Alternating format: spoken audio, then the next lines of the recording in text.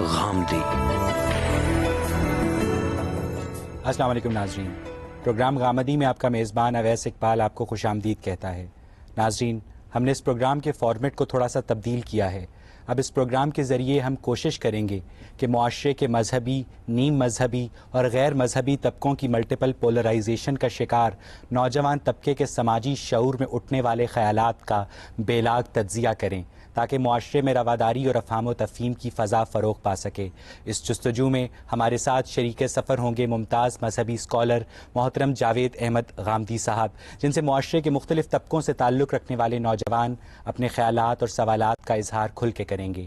کون کہہ رہا ہے ہم اسے نظر انداز کریں گے، اور کیا کہہ رہا ہے ہم اس پہ غور کریں گے۔ پروگرام کا باقاعدہ آغاز کرتے ہیں۔ ناظرین، زمانہ قدیم سے ہی انسانی شعور میں مقصد تخلیق کائنات کو جاننے کی جستجو رہی ہے۔ اس مقصد تخلیق کائنات کی جستجو سے لے کر خالق کائنات کی شناخت تک کا سفر انسان نے کیسے طے کیا؟ کیا انسانی ذہن خدا کی پیداوار ہے یا خدا انسانی ذہن کی پیداوار ہے؟ اگر خدا ایک ہے تو اس کا تصور اس کے ماننے والوں میں کیوں مختلف ہے؟ یہی بحث اور یہی تصور خدا ہمارے آج کے پروگرام کا موضوع گفتگو ہے۔ سب سے پہلے میں آپ لوگوں سے پوچھنا چاہوں گا کہ آپ کے ذہن میں خدا کا کیا تصور ہے؟ میں تصور خدا کو حالات کا متقاضی کہتی ہوں۔ اکثر اچھے حالات میں ہم تصور خدا جو ہے خاص حالات میں زور پکڑتا ہے۔ میں کانشیسلی اس پر بلیو نہیں کر پاتی، لیکن جب میں انتہائی نفسیاتی طور پر انتہائی کمزوری محسوس کرتی ہوں تب میں اس پر نہ چاہتے ہوئے بھی بلیو کر پاتی ہوں، لیکن کانشیسلی میں اس پر بلیو نہیں کر پاتی ہوں۔ بالکل ایسے ہی ہے، جب انسان کسی ضرورت میں ہوتا ہے تبھی وہ سرچ پہ جاتا ہے فار اے گریٹر بینگ۔ جب انسان خود خوش ہوتا ہے تو وہ اس کے لیے سب کچھ وہ خود ہی ہوتا ہے۔ دیٹ از وائی جب انسانوں کے برے حالات ہوئے ہیں تب ہی کانسیپٹ آف گاڈ کریٹ ہوا ہے۔ دیکھیں جی، ابھی یہاں پہ بات ہو رہی تھی کہ انسان جب ڈس ہارڈ ہوتا ہے تبھی وہ خدا کی طرف جاتا ہے، تبھی اس کے ذہن میں یہ بات آتی ہے کہ خدا ہے۔ دیکھیں، جب ڈس ہارڈ ہو کر اور پریشان ہو کر ایک نفسیاتی دباؤ میں آ کے وہ خدا کی طرف جاتا ہے، تو اگر وہ ایک بار جا کے پھر دوبارہ جاتا ہے تو اس کا مطلب ہے کہ پہلی دفعہ جب وہ گیا وہاں پہ تو اسے کچھ ملا ہے وہاں پہ، تو میرے خیال سے وہی خدا ہے جو اسے وہاں پہ ملا اور جس نے اس کی مدد کی۔ درست۔ غامدی صاحب، ان دونوں نقطہ نظر کو سننے کے بعد ہمیں تصور خدا سے متعلق نوجوان نسل میں ایک واضح نظریاتی تقسیم نظر آتی ہے۔ آپ کے خیال میں اگر جذبہ عبودیت انسان کی فطرت سلیم کا خاصہ ہے تو ایتھیسٹس یا ایگنوسٹکس کی فطرت سلیم ان کو عبودیت کی طرف کیوں مائل نہیں کرتی؟ یہ بات یہ ہے کہ انسان ایک ایسا وجود ہے، اگر آپ اس کا تجزیہ کریں، جس پہ صرف کوئی ایک ہی فیکلٹی کام نہیں کر رہی۔ میں جب اپنا جائزہ لیتا ہوں، آپ کا جائزہ لیتا ہوں، دوسرے انسانوں کا جائزہ لیتا ہوں، تو یہ حقیقت بالکل واضح ہو جاتی ہے کہ میرے اندر خواہشات بھی ہیں، میرے اندر جذبات بھی ہیں، میرے اندر تعصبات بھی ہیں، میں کچھ جبلتیں بھی رکھتا ہوں جن کی غلامی میں مبتلا ہوں، اور اسی طرح میرے اندر ایک غیر معمولی صلاحیت یہ بھی ہے کہ میں محسوس سے نامحسوس کا استنباط کر لیتا ہوں، انفر کر لیتا ہوں اس کو۔ اس طرح کی بہت سی صلاحیتیں میرے اندر موجود ہیں۔ یہ صلاحیتیں ضروری نہیں ہے کہ ہر وقت توازن کے ساتھ کام کریں، یہ غیر متوازن ہو جاتی ہیں۔ ہم اپنی دنیاوی زندگی میں بھی اگر دیکھیں تو یہ صاف معلوم ہوتا ہے کہ بعض اوقات ہماری عقل ہماری صحیح رہنمائی کر رہی ہوتی ہے، بعض اوقات وہ جذبات کا شکار ہو جاتی ہے، بعض اوقات تعصبات میں مبتلا ہو جاتی ہے، بعض اوقات ہماری خواہشات سے مغلوب ہو جاتی ہے، اور پھر ہم کوشش کرتے ہیں کہ وہ بھی اسی چیز کی پیروی کرے جو ہم چاہتے ہیں۔ تو انسان کا اگر آپ جائزہ لیں تو چونکہ اس کو اختیار اور ارادہ دیا گیا ہے، اس وجہ سے اس کو ایسا پابند نہیں بنا دیا گیا کہ وہ ہر حال میں اپنی عقل کا غلبہ رکھے گا، ہر حال میں اپنی خواہشات کو متوازن رکھے گا، ہر حال میں اپنے جذبات کو قاعدے میں رکھے گا۔ ان میں سے کوئی نہ کوئی چیز اسے غیر متوازن کرتی رہتی ہے۔ غیر متوازن جب انسان ہوتا ہے تو نہ صرف یہ کہ خدا کے بارے میں بلکہ بہت سی دوسری چیزوں کے بارے میں بھی ایسے نقطہ نظر قائم کر لیتا ہے جو نقطہ نظر تھوڑے سے تجزیے کے بعد معلوم ہو جاتا ہے کہ بالکل غلط تھے۔ آپ کے خیال میں انسان کے اندر یہ فطری صلاحیت موجود ہے کہ وہ اپنے پروردگار کی شناخت کر سکے؟ بالکل فطری صلاحیت موجود ہے۔ دیکھیے اس کی وجہ کیا ہے، اگر آپ پوری انسانی تاریخ کا مطالعہ کریں، فلسفیوں کو دیکھیں، آپ سائنسدانوں کو دیکھیں، آپ حکماء کو دیکھیں، آپ عام لوگوں کو دیکھیں، آج تک کوئی شخص خدا کا انکار کر ہی نہیں سکا۔ یہ بات ہی صحیح نہیں ہے کہ کسی شخص نے کبھی خدا کا انکار کیا ہو۔ اصل میں دو ہی صورتیں ہیں، یا کائنات کو خدا مانا جا رہا ہوگا یا کائنات کا خدا مانا جا رہا ہوگا، دوسری کوئی صورت پیدا ہی نہیں ہو سکتی۔ یعنی اس دنیا کا جب آپ جائزہ لیتے ہیں تو آپ کے سامنے یہ کائنات آ جاتی ہے۔ اس کائنات کی حقیقت کیا ہے؟ یہ مادہ ہے، یہ نفس ہے۔ ہم اس کے تصرفات کو دیکھتے ہیں، اس کی معنویت کو دیکھتے ہیں، اس کی گہرائیوں میں جاتے ہیں، اس کے اندر جو علم ہے اس کا مطالعہ کرتے ہیں، اس کے اندر جو حکمت ہے اس کا مطالعہ کرتے ہیں، اس میں ایک شعور کی کار فرمائی دیکھتے ہیں، تو دو ہی صورتیں ہوں گی. یا ہم یہ کہیں گے کہ یہ در حقیقت جو کچھ ہم کو نظر آ رہا ہے یہی خدا ہے، یہ خدا ہی کا ظہور ہے، وہ ایک ایسی ہستی ہے جو حی ہے، جو قیوم ہے، آپ سے آپ زندہ ہے، آپ سے آپ قائم ہے، اپنا شعور خود رکھتی ہے، اپنے آپ کو اس پوری کائنات کی وسعتوں میں پھیلا رہی ہے، اور اتنا علم رکھتی ہے کہ مستقبل میں جو کچھ ہونے اب ہمیں بتایا جاتا ہے نا یہ کہ دنیا کم و بیش اربوں سال پہلے وجود میں آئی، اور ان اربوں سال کے عرصے کے دوران میں اپنے ارتقائی منازل کو طے کرتے ہوئے بالکل ایک متعین راستے کے اوپر چلی جا رہی ہے. تو اتنا علم ہے اس کائنات کے پاس کہ یہ اپنا راستہ بھی متعین کر لے، اپنی منزل تک بھی پہنچ جائے، اور ٹھیک ان نتائج کو بھی عکس کر لے جو اس وقت ریاضیاتی سچائیوں کے ساتھ عکس ہو رہے ہیں. تو یا آپ اس کائنات کو خدا مانیں گے یا اس کا خدا مانیں گے. حامدی صاحب، یہاں سے ہم گفتگو کو مزید آگے بڑھائیں گے. جب آپ روایتی تصور خدا سے ہٹ کر اپنی ریزرویشنز کا اظہار کرتے ہیں تو آپ کے خیال میں خدا کا جو تصور انہوں نے آپ کو بتایا ہے آپ کے خیال میں کیا ہونا چاہیے یا بالکل نہیں ہونا چاہیے؟ سب سے پہلے تو میں غامدی صاحب سے ایک سوال کرنا چاہوں گا. غامدی صاحب نے ابھی کہا کہ feeling of a superior power انسانوں کے اندر innate built in by nature ہے، انہوں نے یہ کہا. تو میں ان سے سوال کرنا چاہوں گا کہ اس دنیا میں جس کو ہم جانتے ہیں، اس دنیا کو تقریباً 6 بلین انسان ہیں، اس میں سے میرے خیال سے 1 بلین ایتھیسٹ ہوں گے جو ہر جگہ رہ رہے ہیں، یورپ میں رہ رہے ہیں، ہمارے ملک میں بھی رہتے ہیں، جو خدا میں بلیو نہیں کرتے. کیا وہ انسان نہیں ہیں؟ سب انسان ہی ہے. میں نے جو بات عرض کی تھی وہ یہ تھی کہ انسان اپنے وجود کے لحاظ سے جب اپنا تجزیہ کرتا ہے تو اسے یہ معلوم ہوتا ہے کہ اس کے پاس صرف کوئی ایک فیکلٹی نہیں ہے جو کام کر رہی ہے، بہت سی چیزیں ہیں. اس وجہ سے وہ اپنے اختیار کو استعمال کرتا ہے تو بعض اوقات کسی چیز کا انکار بھی کر دیتا ہے، لیکن کس چیز کا انکار کر رہا ہے؟ میں نے یہ گزارش کی تھی کہ وہ انکار کر ہی نہیں سکتا. یعنی یہ اتنی بدیہی حقیقت ہے کہ یا اسے اس کائنات کو خدا ماننا پڑے گا یا اس کائنات کا خدا ماننا پڑے گا. آخر اس کائنات کے اندر جو شعور ہے، جو ذہانت ہے، جو علم ہے، جس کا ظہور اس پورے عالم میں ہو رہا ہے، میرے نفس میں ہو رہا ہے، مادے کے مختلف تصرفات میں ہو رہا ہے، اس کا انکار کیسے کیا جا سکتا ہے؟ یہ جو آپ الفاظ بولتے ہیں نا کہ فلاں آدمی خدا کو نہیں مانتا، وہ اصل میں مذہب جس خدا کا تصور پیش کرتا ہے، یعنی جو کائنات کا خدا ہے اس کا انکار کر رہا ہوتا ہے. کائنات کو خدا مان رہا ہوتا ہے، اس لیے کہ یہ مانے بغیر کوئی چارہ ہی نہیں ہے. دنیا کے اندر آج تک کوئی ایسا انسان نہیں پیدا ہو سکا کہ جو ان دونوں میں سے کسی ایک چیز کو نہ مانتا ہو. یعنی کائنات کا انکار کیسے کرے گا؟ پھر اسے ماننا پڑے گا کہ یہ کائنات اپنی ذات میں شاعر بذات ہے، اپنے آپ کا خود شعور رکھتی ہے، خود حی و قیوم ہے، اس کے اندر سے یہ قدرت ظاہر ہو رہی ہے، یہ اپنے آپ کو اسی طرح پھیلاتی چلی جا رہی ہے، نفس میں بھی اسی کا ظہور ہے، مادے میں بھی اسی کا ظہور ہے.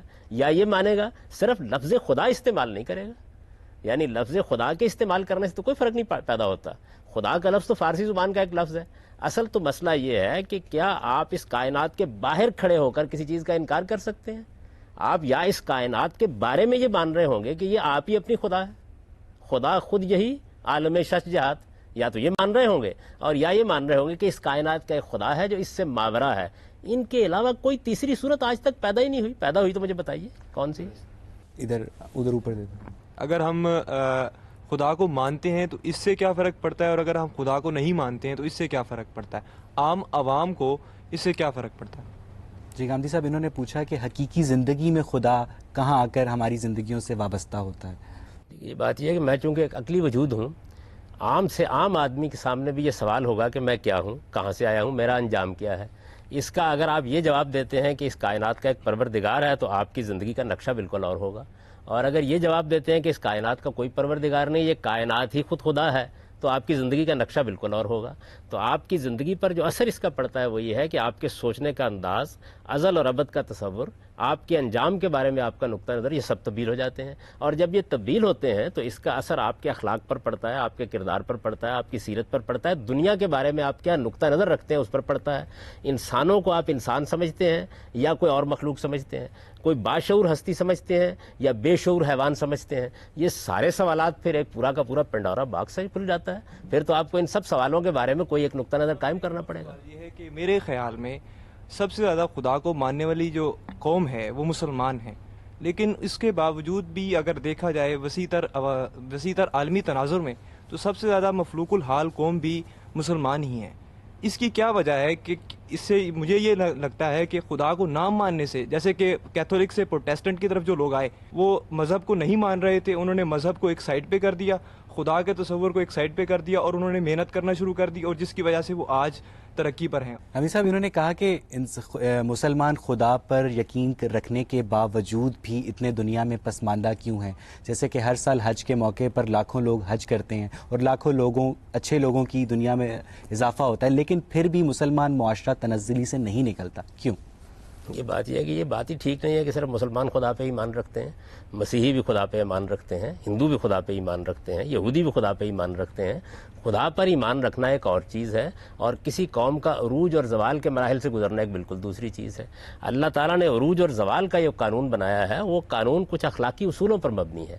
جو قوم علم و اخلاق کے لحاظ سے اپنے آپ کو برتر رکھے گی، اس کے نتیجے میں دنیا میں عروج پائے گی۔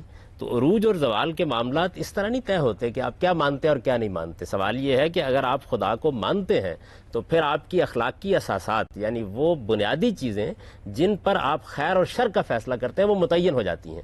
اگر آپ خدا کو نہیں مانتے تو پھر خیر اور شر کے لیے کوئی معیار باقی نہیں رہتا۔ پھر اصل میں ہر دور میں آپ کو ایک نیا خیر پیدا کرنا پڑے گا، نیا شر پیدا کرنا پڑے گا۔ انسانوں کے درمیان کوئی پھر کمیونیکیشن کی صورت باقی نہیں رہتی۔ تو اس کے اثرات آپ کی پوری زندگی پر پڑتے ہیں، کیونکہ اس کے نتیجے میں پھر آپ صرف جبلتوں کے غلام ہوں گے۔ پھر آپ کے پاس آپ کا جنس کا احساس ہے، آپ کے اندر ایک پیٹ رکھا گیا ہے جس سے بھوک لگتی ہے آپ کو، اور آپ کو اس کے لیے پانی کی ضرورت ہوتی ہے، پینے کی ضرورت ہوتی ہے، غذا کی ضرورت ہوتی ہے۔ آپ کے اندر ایک انا ہے جو آپ کو ایک شخصیت دیتی ہے۔ پھر صرف انہی کی کار فرمائی ہوگی، اس کے بعد کسی اخلاقی احساس کے ساتھ جینا ممکن نہیں رہتا۔ اگر ایک انسان اخلاقیات پہ عمل کر رہا ہے اور ان پریچنگز پہ عمل کر رہا ہے جو اسلام نے دی ہے، and still he doesn't believe in the concept of God, کیا وہ اس وقت بھی مسلمان رہے گا؟ یہ آپ نے مسلمان اور غیر مسلمان کی بحث چھیڑ دی۔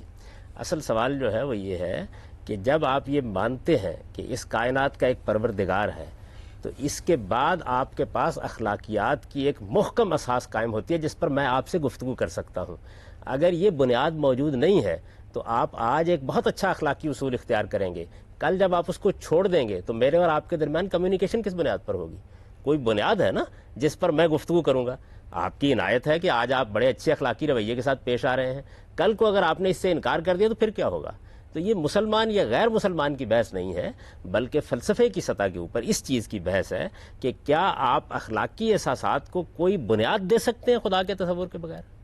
پھر کوئی بنیاد نہیں آتی باقی اس کے سوا کہ آپ زیادہ سے زیادہ پھر یہ مانتے ہیں کہ آج ہم بیٹھ گئے، جیسے کہ پوسٹ ماڈرنزم کے فلسفی کہتے ہیں، آج ہم بیٹھ گئے ہیں کانسنسس سے، ہم نے ایک اخلاقی اصول طے کر لیا ہے، جب تک یہ موجود ہے اس وقت تک موجود ہے، جب یہ ختم ہو جائے گا تو ہم نیا اخلاقی اصول طے کر لیں گے۔ تو کائنات کے درمیان اور انسانوں کے درمیان اور قوموں کے درمیان وہ کون سی بنیاد ہے جس پر ہم گفتگو کریں؟ آج اگر امریکہ کے پاس بے پناہ طاقت ہے اور وہ کسی اخلاقی اصول کی پابندی کرنے کے لیے تیار ہے تو میں کمیونیکیٹ کرتا ہوں، میں یہ کہتا ہوں تم ظلم کر رہے ہو، تم زیادتی کر رہے ہو، تم قوموں کے اوپر ستم توڑ رہے ہو۔ یہ ستم، یہ ظلم، ان کی بنیاد کیا ہے؟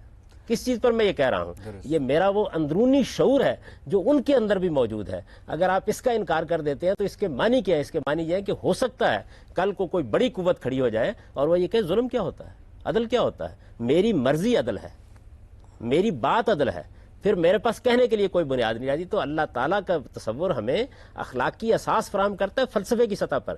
اب رہ گئی یہ بات کہ کوئی ماننے والی قوم کیا کر رہی ہے یا کیا نہیں کر رہی، تو یہ تاریخ کے دور میں انسان کا یہی معاملہ ہے، وہ بہت سی چیزوں کو ماننے کے بعد وہ کسی طاق پہ رکھ کے فراموش کر دیتا ہے۔ یعنی خدا کو ماننے کے بعد اصل میں مجھے وہ چیز حاصل ہوتی ہے فلسفے کی سطح پر کہ میں بات کر سکتا ہوں آپ کے ساتھ۔ آپ نے کہا کہ تصور خدا انسان کو اخلاقی نظام دیتا ہے، اخلاقی اساس دیتا ہے، اخلاقی اساس نظام دیتا تو ہے۔ انسان خود بناتے ہیں۔ ٹھیک، تو کیا ایبسولوٹ موریلٹی اور سچویشنل موریلٹی میں کوئی فرق ہوتا ہے؟ مثلا ہماری ایبسولوٹ موریلٹی یہ ہے کہ جھوٹ مت بولو، لیکن سچویشنل موریلٹی یہ ہے کہ میاں بیوی کے تعلقات کو بچانے کے لیے جھوٹ بولو۔ تو کیا اس سے آپ نے جو بات کی کہ جو ایبسولوٹ موریلٹی کا کانسیپٹ ہے وہ افیکٹ نہیں ہوتا؟ نہیں، دیکھیے بات یہ ہے کہ جو بنیادیں ہیں اخلاقیات کی وہ اپنی جگہ قائم رہتی ہیں۔ یہاں ہوتا کیا ہے، جو آپ نے مثال دیا، اس طرح کی اور بہت سی مثالیں بھی دی جا سکتی ہیں۔ ایک اخلاقی اصول کے مقابلے میں ایک دوسرا اخلاقی اصول آ جاتا ہے، وہاں ترجیح قائم کرنا پڑتی ہے۔ مثال کے طور پر آپ دیکھیے کہ جھوٹ بولنا ایک بری بات ہے، آپ اس مثال کے بجائے ایک بالکل عملی زندگی کی مثال لے لیجئے. جھوٹ بولنا ایک بری بات ہے، یہ میری اخلاقیات کے اندر موجود ہے، محکم سطح پر گڑا ہوا ہے. میں انسان نہیں ہوتا جب تک کہ اس کو نہ مانوں. لیکن اگر میرے دروازے پر ایک آدمی بھاگتا ہوا آتا ہے اور اس کے پیچھے کچھ لوگ لگے ہوئے ہیں، اس کی جان لینا چاہتے ہیں، تو اس وقت میرے سامنے یہ سوال پیدا ہوتا ہے کہ کیا اس وقت سچ بولنا زیادہ بڑی قدر ہے یا اس کی جان بچانا زیادہ بڑی قدر ہے؟ میں دو قدروں میں اس موقع کے اوپر انتخاب کرتا ہوں. یہ نہیں ہے کہ اس موقع کے اوپر سچ جھوٹ ہو جاتا ہے اور جھوٹ سچ ہو جاتا ہے. کیا آپ میں سے کوئی گاندھی صاحب کی بیان کردہ بات سے اتفاق نہیں بھی کرتا؟ میرا گاندھی صاحب سے سوال ہے کہ بات ہو رہی ہے تصور خدا پر. ہندوؤں کے لیے بھگوان خدا ہے، یہودیوں کے لیے اور ہے، مسلمانوں کے لیے اور ہے. تو آپ کسی ایک خدا کا تعین کیجئے کہ جسے مانا جائے، جس کی پیروی کی جائے، جس کا حکم مانا جائے. ہاں، گاندھی صاحب یہ کہنا چاہ رہے ہیں کہ اگر خدا ایک ہے تو اس کا تصور لوگوں کے ذہنوں میں کیوں مختلف ہے؟ اس کی کیا وجہ ہے؟ یہ بات یہ ہے کہ جب آپ کسی ہستی کا تصور کرتے ہیں تو یا اس کی ذات کے لحاظ سے اس کا تصور کریں گے، جیسے میں آپ کو ذاتی طور پر دیکھ رہا ہوں، آپ مجھے دیکھ رہے ہیں، یا میری صفات کا ظہور ہو رہا ہوگا، میری ذات آپ کے سامنے نہیں ہوگی تو آپ اس سے اس کا تصور قائم کریں گے. اور یا میرے افعال، یعنی مجھ سے کوئی فعل صادر ہو رہا ہے، میں کوئی عمل کر رہا ہوں، آپ اس کو دیکھتے ہیں. آپ دیکھیں نا، اس کائنات کے اندر بے شمار چیزیں جو ہمارے حواس کی گرفت میں نہیں آتی. مثال کے طور پر ایٹم ہمارے حواس کی گرفت میں نہیں آتا، نیوٹرون پروٹون کا جو رقص ہے وہ ہماری گرفت میں نہیں آتا، لیکن ہم ان کے آثار کو دیکھتے ہیں، افعال کو دیکھتے ہیں اور صفات کو دیکھتے ہیں. تو جب آپ کے سامنے کوئی ذات آتی ہے تو اس وقت بھی دیکھیے، یہ سامنے میرے بیٹھے ہوئے ہیں، میں ان کا تصور قائم کرتا ہوں. مگر مجھے اگر آپ یہ کہیں کہ ذرا ان کا سراپا بیان کیجئے، تو ہو سکتا ہے کہ میرے الفاظ مختلف ہو جائیں اس سے. جب آپ سراپا بیان کریں تو آپ کے اختلاف ہو جائے. صفات اور اوصاف کے تعین میں بھی چونکہ وہ مجھ سے متعلق ہو رہی ہوتی ہیں تو اختلاف ہو جاتا ہے. تو انسانوں کے مابین اختلاف ہونے کا یہ مطلب نہیں ہے کہ تصور میں کوئی خرابی پیدا ہو گئی ہے. تصور بہت سادہ سا ہے، اور وہ یہ کہ اس کائنات کا ایک خالق ہے اور وہ کائنات سے ماورا اس پوری کائنات کو کنٹرول کر رہا ہے. یہ مذہب کا تصور ہے. دوسرا تصور فلسفے کا تصور ہے، صوفیانہ مذاہب کا تصور ہے کہ جو ہستی اس کائنات کی خالق ہے وہ اصل میں وہی ہے جو آپ کو نظر آ رہی ہے، اور اسی کا ظہور ہو رہا ہے، اسی کا امتداد ہو رہا ہے، وہی ہے، وہی قیوم ہے. یعنی یہ دونوں تصورات جو ہیں ان میں دیکھیے کوئی بھی فرق نہیں ہے بنیادی طور پر. فرق صرف اتنا ہے کہ ایک میں آپ نے اس کائنات کو مخلوق مانا ہے اور اس کے خالق کو اس سے ماورا مانا ہے، اور دوسری میں کیا کیا ہے؟ دوسری میں یہ کیا ہے کہ وہی صفات جو خدا میں ہونی چاہیے وہ خود کائنات میں مان لی ہیں. اس پر بحث اب کی جا سکتی ہے نا کہ کون سی چیز علم و عقل کی میزان میں پوری اترتی ہے. مثلا اگر آپ میرے سامنے یہ سوال رکھیں گے کہ اس بات میں کیا جان ہے، پھر ہے کوئی اس کے اندر جو بات کہی جاتی ہے، تو میں تجزیہ کر کے آپ کو بتاؤں گا کہ مذہب کے تصور کے پیچھے کتنے اعلیٰ عقلی دلائل موجود ہیں. لیکن یہ دونوں تصورات ہیں، اور یہ دونوں تصورات دنیا میں ہمیشہ سے موجود رہے ہیں. اور انسان تصور قائم کرنے کے بارے میں غلطی بھی کرتا ہے، جیسے ہم باقی چیزوں میں غلطی کرتے ہیں. اس کی صفات کو سمجھنے میں بھی غلطی. ہم اس وقت کائنات کا مطالعہ کر رہے ہیں، مادی کائنات کا سائنس مطالعہ کر رہی ہے.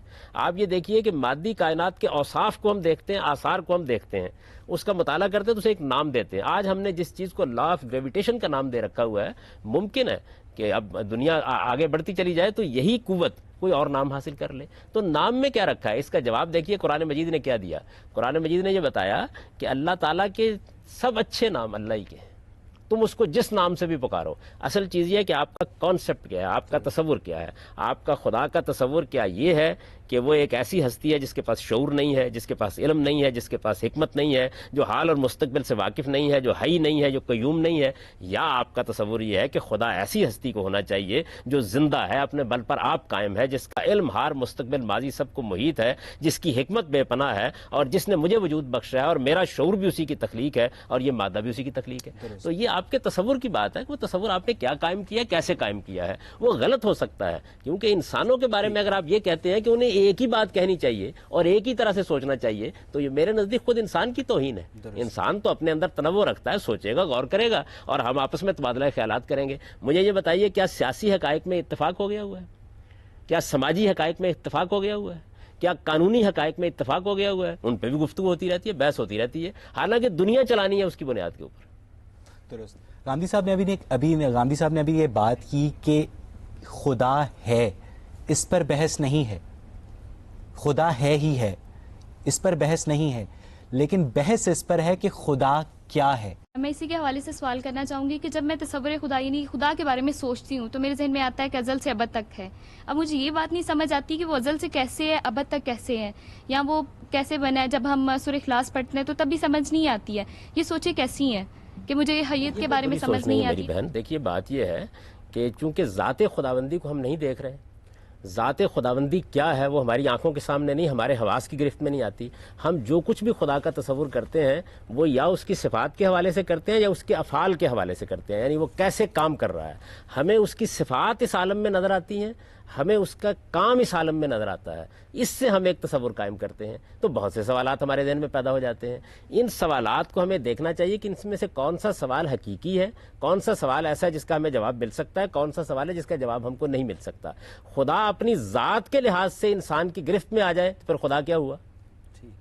آمدی صاحب ایک بات بتائیے کہ انسان اور جانور میں بنیادی فرق سوچ کا ہے، تو اگر ہر کام انسان کو خدا کے حکم سے ہی کرنا ہے تو کیا اس کی فکری صلاحیتیں اس سے متاثر نہیں ہوں گی؟ یہ تو کسی نے نہیں کہا کہ ہر کام خدا کے حکم سے کرنا ہے. خدا نے چند معاملات میں آپ کو حکم دیا ہے، اور جن معاملات میں حکم دیا ہے ان میں انسان کے پاس اپنے طور پر رائے قائم کرنے کی کوئی بنیادی موجود نہیں ہے. آپ ایک ایک چیز کو دیکھ لیجئے جن کے بارے میں خدا نے حکم دیا ہے، آپ حیران رہ جائیں گے کہ اس میں انسان کوئی فیصلہ کرنے کی صلاحیت ہی نہیں رکھتا. وہاں کیا کرے؟ پھر خدائی کو حکم دینا چاہیے. مثال کے طور پر یہ دیکھیے نا کہ میں دنیا سے رخصت ہوتا ہوں، میرا مال ہے، اس مال کے بارے میں اتنی بات تو انسان کو ہمیشہ سے معلوم رہی ہے کہ یہ اعزاء اقربا کو مل جانا چاہیے، لیکن کس عزیز کو کتنا ملنا چاہیے اس کے بارے میں کوئی بنیاد ہے آپ کی عقل کے پاس؟ کوئی بھی بنیاد نہیں. ضرورت کی بنیاد پر تو میں فیصلہ کر سکتا ہوں کہ ایک بیٹے کو غالباً تعلیم پانی ہے ابھی تو کچھ پیسے اس کے لیے دے دوں. یہ ہو سکتا ہے کہ کسی نے میری خدمت کی ہو تو اس کو میں کچھ دے دوں، لیکن رشتہ داری کی بنیاد پر ماں کو کیا ملنا چاہیے، باپ کو کیا ملنا چاہیے، بہن کو کیا ملنا چاہیے، اولاد کو کیا ملنا چاہیے، میں آج فیصلہ کرنے کے لیے بیٹھوں اور یہ طے کروں کہ ماں کی قدر یہ ہے اور باپ کی قدر یہ ہے اور بیٹے کی قدر یہ ہے اور بیٹی کی قدر یہ ہے، سوائے نزاعات کے اور جھگڑوں کے کوئی چیز نہیں چھوڑوں گا، اس لیے کہ بنیاد کوئی نہیں ہے میرے پاس فیصلہ کرنے کی. اس میں خدا ہی بتا سکتا تھا کیا کیا جا سکتا ہے. اگر آپ نے کوئی بنیاد دریافت کر لی ہو مجھے بتا دیجئے کیا بنیاد ہے. جرم و سزا کو دیکھ لیجئے. مثال کے طور پر آپ کہتے ہیں ایک آدمی نے چوری کی ہے، مجھے بتائیے کہ چوری جرم ہے، اس پر تو اتفاق ہو گیا، آپ کو بھی اتفاق ہو گیا، مجھے بھی اتفاق ہو گیا. اس چوری کی پاداش میں اس کو سزا کیا دی جائے؟ میں کہتا ہوں 3 سال قید کر دیا جائے، آپ کہتے ہیں 2 کوڑے مارے جائیں، یہ کہتے ہیں کہ اس کو علاقہ بدر کر دیا جائے. مجھے بتائیے فیصلہ کیسے کیا جائے، کیا بنیاد ہے اس کی؟ تو انسان کے پاس جن چیزوں کا فیصلہ کرنے کی کوئی بنیاد نہیں ہے، خدا صرف ان کے بارے میں حکم دیتا ہے. باقی چیزیں آپ کے علم اور آپ کی عقل پر چھوڑ دی گئی ہیں، آپ خود فیصلہ کیجیے. آمدی صاحب یہاں سے ہم گفتگو کو مزید آگے بڑھائیں گے، لیکن اس سے پہلے ناظرین وقت ہوا ایک چھوٹے سے بریک کا. حاضر ہوتے ہیں بریک کے بعد.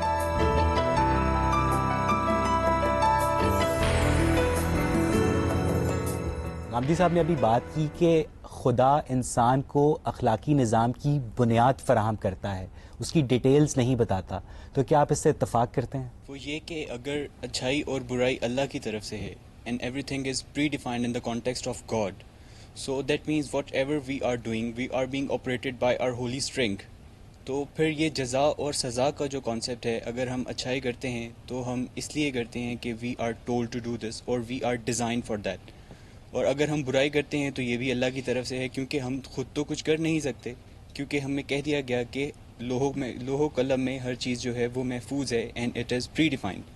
تو پھر یہ جزا اور سزا کا کیا کانسیپٹ؟ یعنی یہ جو سوال آپ نے کیا بات میں نے نہیں کی، میں نے یہ عرض کیا ہے کہ ہمارے پاس خیر اور شر کو طے کر کے ایک دوسرے سے بات کرنی ہے نا ہم نے.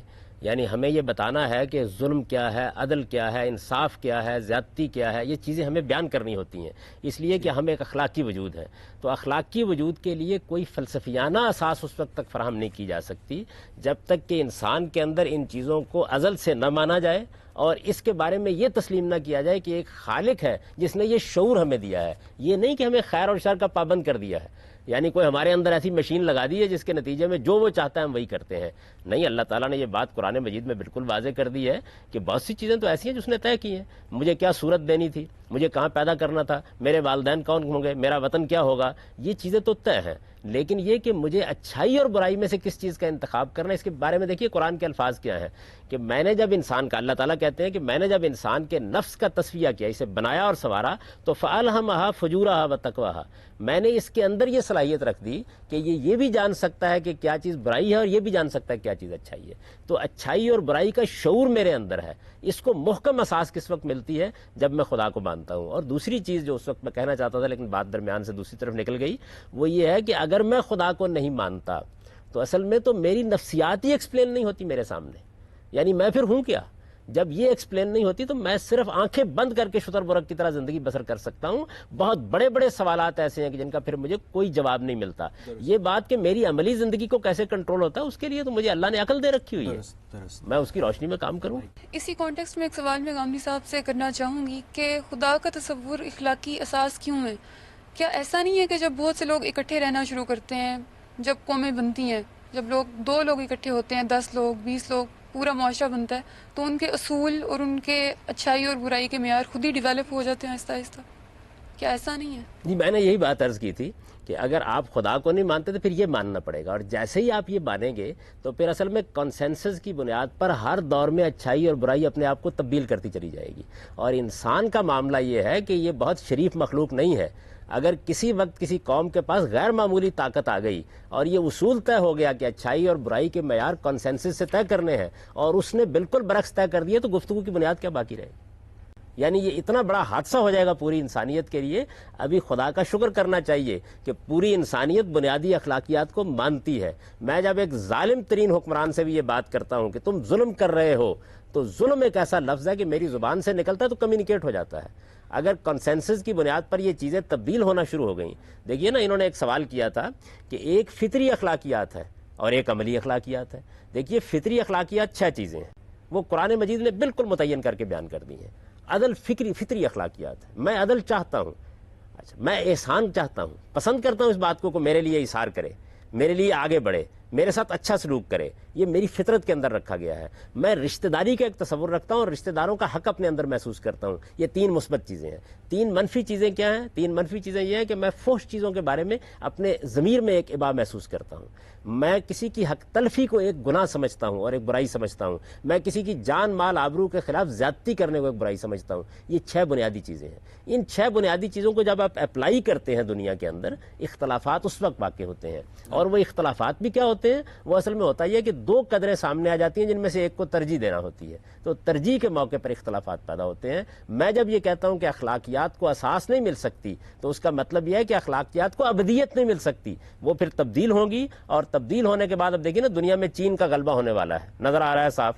فرض کر لیجئے کہ یہ غلبہ ہو جانے کے بعد اخلاقی اصولوں کی نیگیشن کر دی جاتی ہے. یہ بتا دیا جاتا ہے کہ اب دنیا پر ہماری حکومت قائم ہو گئی ہے. یہ اخلاقی اصول جن کو آپ بیان کرتے تھے اور جن کی بنیاد پر آپ انسانی حقوق کے تصورات پیش کرتے تھے, بے معنی ہو چکے ہیں. اب جو ہم کہیں گے وہ ہوگا. کس بنیاد پر گفتگو کروں گا ان کے ساتھ؟ تو محکم بنیاد جو اخلاقیات کو ملتی ہے وہ خدا کے تصور سے ملتی ہے. میری نفسیات کو جو تسکین ملتی ہے وہ خدا کے تصور سے ملتی ہے. میرے عجز کی اور میرے ضعف کی اور میرے نسیان کی تفسیر مجھے خدا کے تصور سے ملتی ہے. اور پھر خدا کا تصور ہے کہ جو اصل میں مجھے پوری انسانیت کی ایک مشترک اساس دیتا ہے. اس کے بغیر کوئی اور چیز میرے پاس ہے نہیں. درست. ابھی غامدی صاحب نے بات کی کہ جو تصور خدا ہے وہ انسان کو اخلاقی نظام دیتا ہے, اور عدل انسان کے اخلاقی نظام میں سے ایک فطری اخلاقی نظام میں سے ایک حصہ ہے. تو آپ کے خیال میں فطرت میں عدل ہے جبکہ بڑی مچھلی چھوٹی مچھلی کو کھا جاتی ہے؟ جی مجھے غامدی صاحب کے آنسر سے ہی اختلاف ہے کہ انہوں نے ابھی بولا کہ عدل, انصاف, ظلم, یہ سب ہمارے اللہ نے ہمیں سب کچھ بتایا, لیکن یہ ساری قدروں کو ہم اخلاقیات کے دائرے میں بھی جب دیکھتے ہیں تو وہاں پر بھی ہمیں ملتی ہیں. یعنی اگر عدل, انصاف اور ظلم اخلاقیات کا جب دائرہ آ جاتا ہے تو وہاں پر بھی ہمیں ان چیزوں کو ہی اپنانا پڑتا ہے. تو وہاں پر خدا کا ہونا یا نہ ہونا تو کوئی معنی نہیں رکھتا. میری بہن کیوں اپنانا پڑتا ہے؟ نہیں اپنانا پڑتا ہے. اخلاقیات تو ہمیں یہی بتاتی ہے نا کہ آپ نے کسی کے ساتھ ظلم نہیں کرنا, آپ نے کسی کے ساتھ انصاف کرنا ہے, آپ نے کسی کے حق نہیں مارنا. یہ تو ہماری اخلاقیات میں آتی ہیں, یہ ہمیں اللہ نے نہیں بتایا. ان کے خیال میں بات یہ ہے کہ ایک انسان, عام انسان چوری اس لیے نہیں کرتا کہ وہ چوری کو برا جانتا ہے, بلکہ وہ چوری اس لیے نہیں کرتا کہ وہ خدا سے ڈرتا ہے. تو آپ کے خیال میں تصور خدا صرف انسانوں کو ڈسپلن کرنے کے لیے بنایا گیا؟ حقیقت کا اعتراف کرنا خود انسانیت کا شرف ہے. سوال یہ ہے کہ آپ بے شمار سائنسی حقائق مجھ کو بتاتے ہیں. مجھے بتاتے ہیں کہ زمین سورج کے گرد گھوم رہی ہے, مجھے بتاتے ہیں کہ یہ اربوں کی تعداد میں سیارے اور ستارے فضائے بسیط کے اندر موجود ہیں. ان چیزوں کو میں مانتا ہوں یا نہیں مانتا ہوں؟ سائنس بھی بتا رہی ہے. یہ بتا رہا ہوں نا, یعنی یہ ساری چیزیں مجھے ماننا ہوتی ہیں نا. تو مجھے کائنات, میں ایک عاقل مخلوق ہوں. سوال یہ ہے کہ میں اس کائنات کے بارے میں کوئی توجیہ کروں گا نا, اس کو ایکسپلین کروں گا, اس کو سمجھنے کی کوشش کروں گا. یہ میری جو سمجھنے کی کوشش ہے یہ میری ضرورت ہے, ہوا اور پانی کی طرح میری ضرورت ہے. یعنی آپ انسان کو ایک ایسی مخلوق کیوں سمجھتے ہیں کہ جس کی ضروریات صرف یہ ہیں کہ اس کو روٹی کھانی ہے, اس کو بیٹھنا ہے, اس کو اٹھنا ہے. انسان کی سب سے بڑی ضرورت یہ ہے کہ اس کی عقل کو تسکین ملنی چاہیے. غامدی صاحب, یہاں سے ہم گفتگو کو مزید آگے بڑھائیں گے, لیکن اس سے پہلے ناظرین وقت ہوا ایک چھوٹے سے بریک کا. حاضر ہوتے ہیں بریک کے بعد.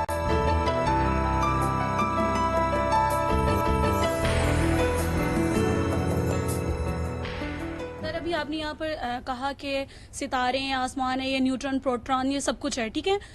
ہمیں قرآن میں ان چیزوں کے بارے میں نہیں بتایا. ہم یہ ساری جتنی بھی تخلیق کی گئی ہے انسان کی اپنی ذاتی ہے، یعنی اس نے اپنی سمجھ اور اپنی عقل سے یہ سب چیزیں ڈیفائن کی ہیں. یعنی اللہ نے ہمیں یہ سب کچھ نہیں بتایا. آج جس ترقی پر ہم کھڑے ہیں یا ہم یہ جو پروگرام بھی کر رہے ہیں، یہ انسان کی وجہ سے ہی سارا وجود میں آیا ہے. یہ سب چیزیں اللہ نے ہمیں کوئی چیز نہ بنانے کا طریقہ بتایا نہ کچھ بتایا. تو پھر ہم اس کو مانیں یا اگر نہیں مان رہے تو ہم زیادہ اچھی زندگی گزار رہے ہیں. اس کی وجہ یہ کہ ہم اخلاقیات کی بیس پر زندگی اگر گزاریں گے تو وہ زیادہ بہتر ہوگی. کیونکہ جب کنسیپٹ خدا کا کنسیپٹ ہے اس میں ہم ایک جکڑ جاتے ہیں، بندشیں ڈال دی گئی ہیں، چاہے وہ کسی بھی مذہب میں لے لی جائیں، چاہے وہ یہودی ہیں، اس میں ایک جکڑاؤ دے دیا گیا ہے کہ اس جکڑ میں رہنا ہے. ہم اسلام کی بات نہیں کر رہے، سب کی بات کر رہے ہیں، سب میں یہی ہے. دیکھیے جو گفتگو ہو رہی تھی وہ یہ نہیں ہو رہی تھی کہ اخلاقیات آپ کی فطری نہیں ہے. اخلاقیات فطری ہونا یہی تو اصل میں مذہب کی سب سے بڑی اساس ہے. میں نے یہ گزارش کی تھی کہ یہ اخلاقیات فطری ہیں. یہ اسی وقت فطری ہوتی ہیں جب ہم یہ مانتے ہیں کہ ہمارا وجود ایک خالق سے وجود پذیر ہوا ہے اور ساری انسانیت کے ہاں وہ ایک قدر مشترک کے طور پر موجود ہے. یہ جو آپ نے بہت سی باتیں کی کہ یہ سب کچھ خدا نے ہم کو نہیں بتایا، وہ عقل دی ہوئی کس کی ہے، وہ صلاحیت رکھی ہوئی کس کی ہے؟ اگر آپ اس کو نہیں مانتے تو پھر اپنے آپ کو خدا مان رہے ہیں. دونوں میں سے ایک ہی چیز ہوگی. ہمیں کوئی انسان اچھا لگتا ہے تو اس میں کچھ برائیاں بھی ہوں تو ہم یہ کہہ دیتے ہیں کہ اس میں یہ بھی اچھا ہے وہ بھی اچھا ہے. دیکھیے یہ جو آپ نے ارشاد فرمایا نا کہ انسان نے یہ سب کچھ بنا دیا ہے، یہ انسان نے نہیں بنایا یہ سب کچھ. یہ اصل میں انسان کے اندر کی اس صلاحیت کا ظہور ہے جو اس کے اندر رکھی گئی ہے. انسان کے اندر اگر وہ صلاحیت، میں نے تو عرض کیا نا کہ یا آپ کو یہ ماننا پڑے گا کہ یہ کائنات اور آپ کا وجود یہ اصل میں حی اور قیوم اور علیم اور حکیم ہے، یا یہ ماننا پڑے گا، اور یا یہ ماننا پڑے گا کہ اس کا ایک خداوند ہے جو علیم اور حکیم ہے اور اس نے اس کو عقل عطا فرمائی ہے. یہ اس کی کار فرمائی ہے. اور اس کائنات کے اندر آپ نے کچھ بھی ایجاد نہیں کیا، آپ نے دریافت کیا ہے. جو کچھ موجود تھا اس کو دریافت کیا، ڈسکور کیا ہے. آپ نے لاز ڈسکور کیے ہیں جو کائنات کے اندر کار فرما تھے. آپ نے صرف مشابہتیں دیکھنے کے بعد ان کی نقل کی ہے، کچھ بھی نہیں کیا. آپ نے پرندے کو دیکھا ہے جو خدا نے بنایا ہے، اس سے جہاز وجود پذیر ہوا ہے. آپ نے آواز کو دیکھا ہے کہ وہ کیسے جاتی ہے. اس کائنات کے اندر وہ برقی لہریں موجود تھیں کہ جن کی بنیاد پر وہ آپ تک پہنچ سکے، اور یہ سب کچھ وجود میں آ گیا ہے. ایسا نہیں ہے کہ انسان نے کوئی خارج میں رہ کے کوئی چیز ایجاد کر لی ہے. اس کائنات کے اندر آپ اس کو خدا مانے یا اس کا خدا مانے، اس کے اندر اصل میں وہ سب کچھ موجود تھا جو دریافت کیا، اور دریافت کرنے کی فیکلٹی وہ آپ کے اندر موجود تھی. آپ لے کے آئے ہیں سب کچھ، یہاں سے کچھ بھی نہیں نکالا آپ نے. حامد صاحب ابھی آپ نے بات کی کہ کائنات کے وجود کی توجیہ کے لیے خدا کی شناخت بہت ضروری ہے. دوسری طرف ماہرین فزکس اسٹیفن ہاکنگ اور کارل سیگن کہتے ہیں کہ کائنات مسلسل پھیل رہی ہے، تو کیا خالق اپنی تخلیق کو مکمل کرنے سے قاصر ہے؟ خالق اپنی تخلیق کو اگر مکمل کر دیتا ہے تو اس کا مطلب تو یہ کہ اس کی تخلیقی فعالیت ختم ہو گئی. قرآن مجید تو اس کی یہ شان بیان کرتا ہے کہ کل یومن ہوا فی شان، ہر آنے والے دن وہ ایک نئی شان میں ہوتا ہے. تو اس وجہ سے اس کی تخلیقی فعالیت بند کیوں ہو جائے؟ مکمل کے لفظ کا کبھی آپ نے تجزیہ کیا چیز ہے؟ مکمل کا لفظ تو مطلب یہ ہے کہ خدا کی تخلیقی فعالیت پر آپ نے ایک حد لگا دی ہے. تو وہ خدا کیا ہوا کہ جس کی تخلیقی فعالیت آپ کے حدود میں آ کے بند ہو گئی. کائنات وسعت پذیر ہے، پھیلتی چلی جا رہی ہے، لامتناہی ہے کائنات. اصل میں یہی تو اس بات کی شہادت ہے کہ اس کائنات کا بنانے والا بھی لامحدود ہے اور وہ بھی لامتناہی ہے. حامد صاحب ایسی کیا وجہ ہے کہ عمومی طور پر ہر بلیور کا بلیف دوسرے بلیور کے بلیف سے مختلف ہوتا ہے، لیکن ہر نان بلیور کا بلیف دوسرے نان بلیور کے بلیف سے ملتا جلتا ہوتا ہے؟ ایسا بھی نہیں ہے.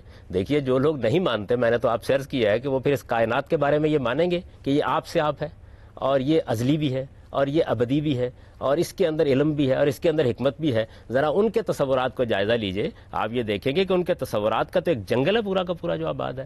ان میں وحدت الوجودی بھی موجود ہے، ان میں وحدت الشہودی بھی موجود ہے، اس میں مادہ پرست بھی موجود ہے، بے شمار ان کے اندر افکار اور خیالات موجود ہیں. یعنی یہ آپ نے کیسے کیا کہ وہ ملتے جلتے ہیں؟ ملتے جلتے تو خدا کو ماننے والے ہیں. اس کی وجہ یہ ہے کہ خدا کو ماننے والے جتنے ہیں وہ ایک بنیادی بات کہہ رہے ہیں، وہ یہ کہ اس کائنات کا ایک خالق ہے. اچھا، اسلامی تاریخ میں جو جبریہ اور قدریہ کا ایک دوسرے سے بڑا متضاد تصور خدا ہے، اس کے بارے میں کچھ بتائیے. دیکھیے بات یہ ہے کہ وہ خدا کے افعال کو سمجھنے کی کوشش کر رہے ہیں. یعنی خدا اس کائنات کے ساتھ اور انسان کے ساتھ معاملہ کیا کر رہا ہے، اس کو سمجھنے کی کوشش کر رہے ہیں. اس میں ظاہر ہے کہ ایک نقطہ نظر انہوں نے قائم کیا، ایک نقطہ نظر دوسرے گروہ نے قائم کر لیا. اس کا فیصلہ کرنے کے لیے ہمارے پاس قرآن مجید موجود ہے. وہ بتا رہا ہے کہ انسان کو کہاں تک مجبور پیدا کیا گیا اور کس دائرے میں انسان کو اختیار دیا گیا ہے. دیکھیے بات یہ ہے، جیسے میں نے ابھی آپ کے سامنے ایک سوال رکھا نا، کہ دین صرف اس معاملے میں آپ کی رہنمائی کرتا ہے جس میں آپ اپنی عقل سے کوئی فیصلہ، حتمی فیصلہ کرنے کی پوزیشن میں نہیں ہوتے، آپ کے پاس کوئی بنیاد نہیں ہوتی. تو یہ معاملہ بھی اللہ ہی سلجھا. اس کی وجہ یہ ہے کہ ایک طرف ہم کائنات کو دیکھتے ہیں اپنے گرد و پیش میں، یعنی انسان کا معاملہ تو یہ ہے نا کہ اربوں سیاروں اور ستاروں میں ایک ذرے کے برابر زمین ہے، اس کے اوپر انسان بس رہا ہے.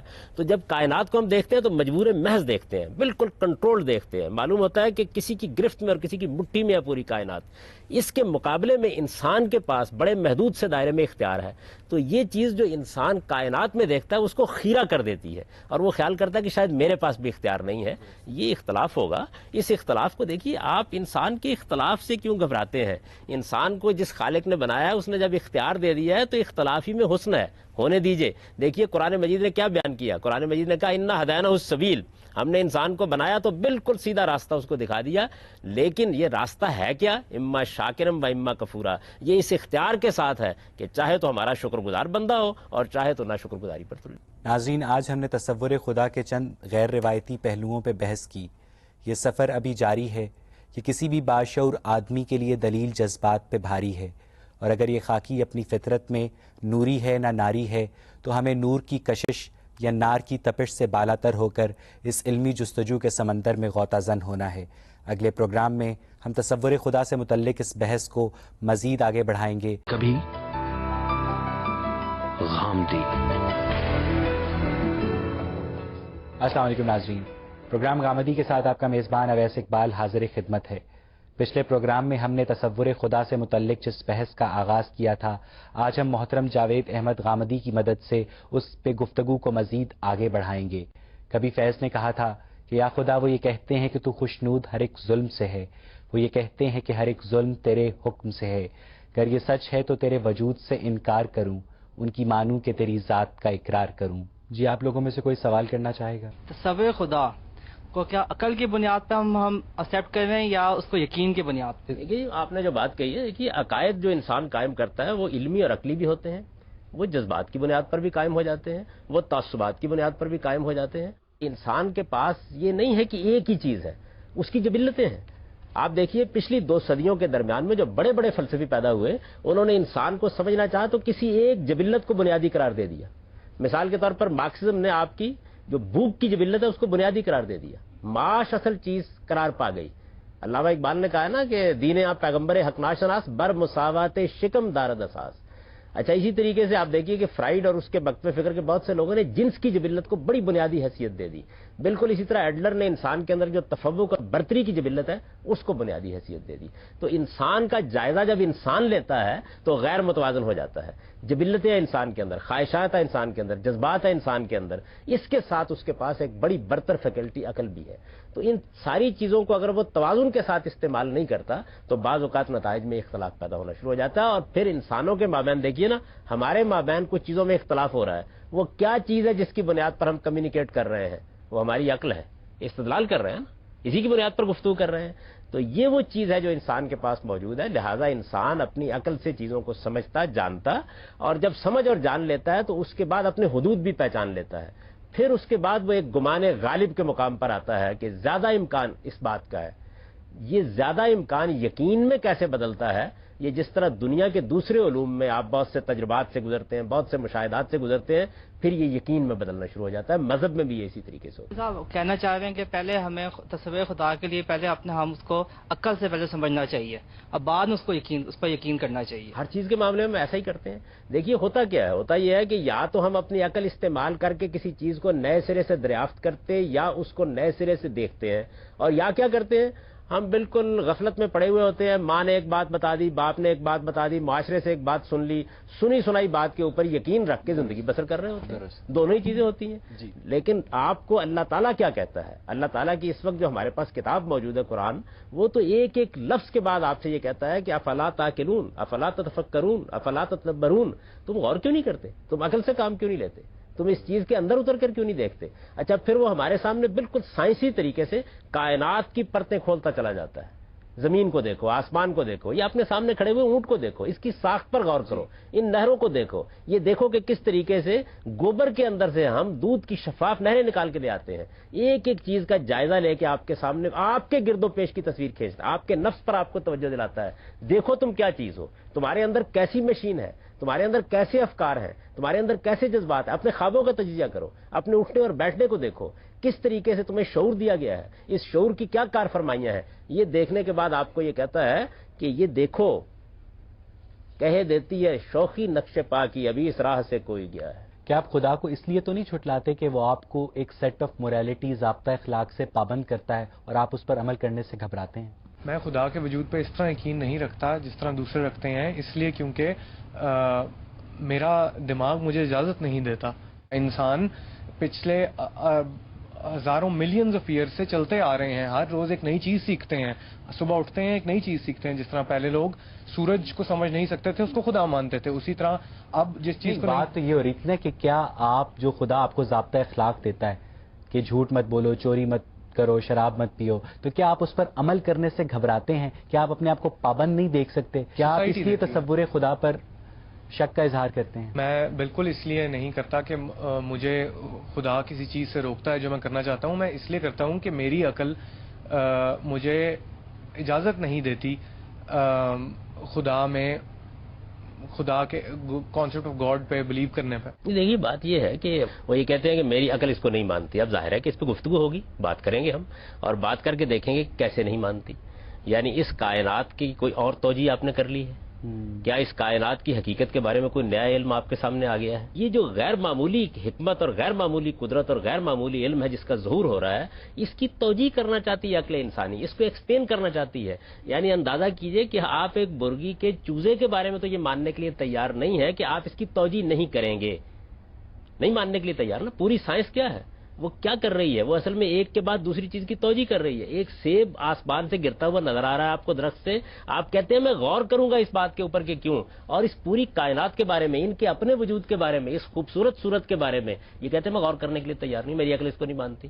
تو سوال یہ ہے کہ پھر بہت سے سوالات کرنے ہیں ہمیں طالب علمانہ طریقے سے. اس میں رد عمل کا کیا سوال ہے؟ سادہ سی بات ہے کہ ہم یہ پوچھیں گے کہ پھر آپ نے اس کائنات، میں نے تو آپ سے عرض کیا ہے کہ پھر یہ آپ اس کائنات کی وجہ یہ ہے کہ یا آپ اس کائنات کے بارے میں مانیں گے، یہ اصل میں وہی بات کہہ رہے ہیں کہ یہ ہے.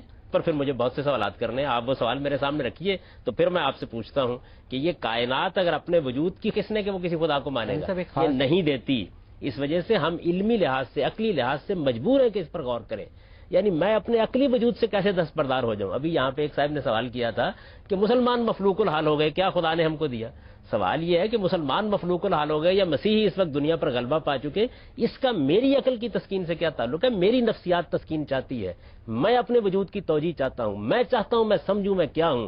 یہ کوئی معمولی ضرورت ہے میری؟ کیا میں محض اپنے پیٹ کا غلام ہوں کہ کھا لیا میں نے اور اس کے بعد اطمینان کے ساتھ بیٹھ گیا؟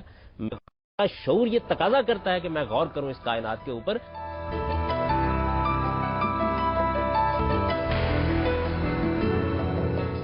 صاحب جس طرح آپ نے کہا کہ مجھے میری عقل اجازت نہیں دیتی کانسیپٹ پہ ماننے پہ، اسی طرح آپ کی عقل آپ کو اجازت نہیں دیتی نہ ماننے پہ، کیونکہ آپ کے سامنے ہر چیز ایک میریکل ہے، ایک کریشن آف گاڈ ہے.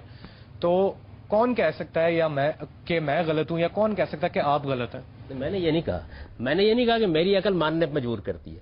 میں نے کہا میری عقل سوال کرتی ہے، سوال کا کوئی بہتر جواب ملنا چاہیے. میری عقل سوال کر رہی ہے سیب نیچے کیوں آیا ہے. میری عقل سوال کرتی ہے کہ آپ کی یہ بے نظیر صورت کیسے وجود میں آ گئی ہے. میری عقل سوال کرتی ہے کہ آپ کے اندر یہ توازن کیسے پیدا ہو گیا ہے. میری عقل سوال کرتی ہے قطرہ آپ سے آپ کیوں بن کر کھڑے ہو گئے ہیں. یہ سوال کر رہی ہے، میں کوئی جواب نہیں دیتا. آپ اس کا کوئی بہتر جواب دے دیجیے. دو ہی جواب ہوں گے، یا آپ یہ کہیں گے کہ میں اپنی ذات میں خدا ہوں، یہ اصل میں میرا ہی ظہور ہے، یہ کائنات بھی ازلی اور ابدی ہے، اس کا علم بھی اس کا اپنا ہے، اس کی حکمت بھی اس کی اپنی ہے، اور یا آپ کہیں گے اس کے ماورا ایک ہستی موجود ہے، اس کے علاوہ رستہ ہی کوئی نہیں ہے آپ کے. حامد صاحب، آپ جب یہ کہتے ہیں کہ اس کائنات کی توجیہ خدا ہو سکتی ہے، تو کیا ہم بھی تو آگے چل کر علم کے اس مقام تک پہنچ توجیہ پہ یعنی معطل کیا ہوا ہے آپ نے کہ سارے معاملات جو اطمینان کے ساتھ سوئیں گے، جب اگلی نسلیں کوئی نیا جواب دے دیں گے اس وقت مان لیں گے. علم جاری ہے، جب وہ وقت آ جائے گا کہ آپ کوئی اور توجیہ کر لیں گے تو مان لیں گے اس بات کو. سوال یہ آپ کیجئے نا کیا کرتے ہیں. آج میرے سامنے سوالات ہیں, مجھے آج سیاست سے متعلق سوالوں کا بھی جواب دینا ہے, معیشت کے بارے میں بھی دینا ہے, خاندان کے بارے میں بھی دینا ہے, انسان کو جو مسئلے درپیش ہیں ان کے بارے میں بھی جواب دینا ہے, سائنس میں بھی. آپ اندازہ کیجئے اس بات کا, آپ مجھے ضمانت دے سکتے ہیں کہ آج جو میں دوا کھا رہا ہوں ایک ڈاکٹر کی سے لے کے, اس سے بہتر دوا کل وجود میں نہیں آ جائے گی؟ نہیں دے سکتے نا. لیکن میں صحت جیسی چیز کے بارے میں اپنی جان کو خطرے میں ڈالتا ہوں, دوا لیتا ہوں آج کے علم کی بنیاد کے اوپر. تو میرا حاضر علم جو ہے وہ بتائے نا کیا چیز ہے. لیکن میں نے ایک بات آپ کو بتائی, یہ امکان ہی کوئی نہیں ہے. اس کی وجہ یہ ہے کہ دونوں امکانات موجود ہیں. انسان کی 5000 سال کی علمی تاریخ بتا رہی ہے, تیسرا کوئی امکان ہی نہیں ہے. یا کائنات کو خدا ماننا پڑے گا جیسے کہ صوفیانہ مذاہب مانتے ہیں, فلسفی مانتے ہیں, اور یا خدا کو ماننا پڑے گا کہ وہ ماورا ایک ہستی موجود ہے. تیسری کوئی اس معاملے میں آپشن ہی نہیں ہے, انتخاب ہی نہیں ہے آپ کے پاس. یعنی کوئی علم کدھر جائے گا؟ کوئی علم کائنات سے ماورا نہیں جا سکتا کہیں بھی. میرا سوال یہ ہے کہ تصور خدا اور خدا کی جو ایگزسٹنس ہے ان کا آپس میں اوبیسلی بہت گہرا ایک ریلیشن ہے, لیکن جب ایگزسٹنس جو ہے بہت تشکیک اس کے بارے میں آ جاتی ہے تو تب تو تصور خدا بھی کمزور پڑ جاتا ہے. جی بالکل. اور والٹائر جو ہے فرینچ فلاسفر, اس کے الفاظ ہیں کہ if God didn't exist it would be necessary to invent him, so are we on a way to invent him. بڑا فلسفی کیا بتانا چاہتا تھا آپ کو, وہی بتانا چاہتا تھا میں نے جو ان کے سوال کا جواب دیا تھا کہ خدا کا تصور میری زندگی سے اتنا وابستہ ہے, میری عقل کا ہے, یا اتنا یہ صرف ایک مجبوری ہے؟ میری عقل کی مجبوری ہے, میرے علم کی مجبوری ہے, اس لیے کہ میں اس کائنات کو سمجھنا چاہتا ہوں. سے دور کر دیتی ہے. اکثر یہ بھی ہوتا ہے ایتھیسٹ ہو جاتے ہیں, مذہبی ہوتے ہوتے ایتھیسٹ ہو جاتے ہیں, تو پھر عقل تو پھر کچھ اور فیصلہ دے رہی ہے ہمیں. نہیں دیکھیے بات یہ ہے کہ وہ ایک دوسری رائے قائم کر لیتے ہیں. آپ نے اصل میں یہ ایک لفظ بول دیا ہے, ایتھیسٹ ہو جاتے ہیں. وہ اصل میں یہ مان رہے ہوتے ہیں کہ پھر یہ کائنات ہی خدا ہے, یہ ازل سے ہے, یہ ابد تک رہے گی, یہ اپنا ظہور کر رہی ہے, اسی طرح ظہور کرتی رہے گی, یہ مان رہے ہوتے ہیں. یعنی یہ جو لفظ ہے یہ ایسے بتاتے ہیں کہ جیسے یہ خدا کا انکار کر رہا ہے, نہیں وہ خدا کے تصور کو ایک دوسری جگہ شفٹ کر رہا ہے. میرا خدا کا تصور یہ ہے کہ وہ اس کائنات سے ماورا ہے, وہ اس کائنات کا خالق ہے, کائنات اس کی مٹھی میں ہے, اس نے اس کو وجود بخشا ہے, وہ اس کا نظم چلا رہا ہے, اور وہ انسانوں کے ساتھ براہ راست رابطہ کر کے ان کو بار بار اپنی ہدایت بھی دیتا ہے. یہ میرا تصور ہے. اچھا, میں اس کے لیے علمی اور عقلی دلائل رکھتا ہوں. ایک دوسرا آدمی یہ کہتا ہے کہ نہیں یہ کائناتی خدا ہے. اس کے علاوہ میں عرض کر رہا ہوں کہ تیسرا کوئی آپشن ہمارے پاس ہے ہی موجود نہیں ہے. یہ ہم نے صرف اپنی اصطلاحات وضع کر رکھی ہوئی ہیں. آدمی جس وقت اختلاف کر رہا ہے صرف تصور خدا میں اختلاف کر رہا ہے. کس کو خدا ماننا ہے؟ آپ کو خود اپنے آپ کو خدا ماننا ہے, اس کائنات کو خدا ماننا ہے, یا اپنا کوئی خدا ماننا ہے؟ یہ چونکہ یہاں بحث ہو نہیں رہی, ورنہ میں آپ کو یہ بتاتا کہ علمی استدلال کی روشنی میں یہ جو بات ہے کہ اس کائنات ہی کو خدا مانا جائے, یہ کتنی ابسرڈ ہے, اس کے اندر کتنی بڑی خامی ہے, یہ عقلی لحاظ سے کس طرح معیار پر پوری نہیں اترتی. میں تو اس وقت صرف یہ عرض کر رہا ہوں کہ رستے ہی دو ہیں, اس کے علاوہ رستہ کوئی نہیں. مجبوری کا لفظ جو آپ نے بولا ہے بڑا دلچسپ لفظ ہے. یعنی مجبوری کیا ہے؟ یا آپ کی نفسیات کی مجبوری ہے, اس لیے کہ وہ تسکین نہیں پاتی جب تک کہ خالق کو مان لے, یہ خود اس بات کا استدلال ہے کہ وہ آپ کے اندر پایا جاتا ہے. یا وہ آپ کی عقل کی مجبوری ہے کہ وہ توجیہ نہیں کر پاتی کائنات کی جب تک آپ خدا کو نہ مانے. تو انسان ہے کس چیز کا نام؟ یہ مجبوری بڑا خوبصورت لفظ ہے. بظاہر لگتا ہے کہ یہ کوئی بے معنی لفظ ہے, یہ اصل میں یہ بتا رہا ہے, جس طرح ہم کہتے ہیں میں مجبور ہوں یہ ماننے کے لیے کہ یہ زمین سورج کے گرد گھوم رہی ہے, اس لیے کہ میرا مشاہدہ, میرا تجربہ یہی بتاتا ہے. میں مجبور ہوں یہ ماننے کہ یہ کس کائنات کا ایک پروردگار ہونا چاہیے, اس لیے کہ میری عقل اس کے علاوہ کسی توجیہ کو قبول نہیں کرتی. عقلی دلائل کی آپ نے بات کی ہے, تو جب یہ دیکھا جائے کہ جب آپ پر خدا کی, ہمیں یہ بتایا جائے کہ خدا رحمان و رحیم, اور بے شک ہے, لیکن جب ایک وہی شخص جس کو جو اپنے خالق کے دیکھے کہ اس کا خالق اس پہ عذاب بھی آ رہے ہیں, اس پہ مصائب بھی آ رہے ہیں, اس نے کوئی ایسا بیماری ایسی لگ جاتی ہے کہ ہم موت کی دعائیں کرتے ہیں, تو پھر ایک میرا خیال سے انسانی فطرت ہے, آپ بہک نہیں چاہیں گے؟ دیکھیے جی بات یہ ہے کہ یہ وہی بات ہے جو میں نے پہلے بھی عرض کی تھی کہ آپ کے ذہن میں سوالات پیدا ہو جاتے ہیں. سوالات کس چیز کے بارے میں پیدا نہیں ہوتے؟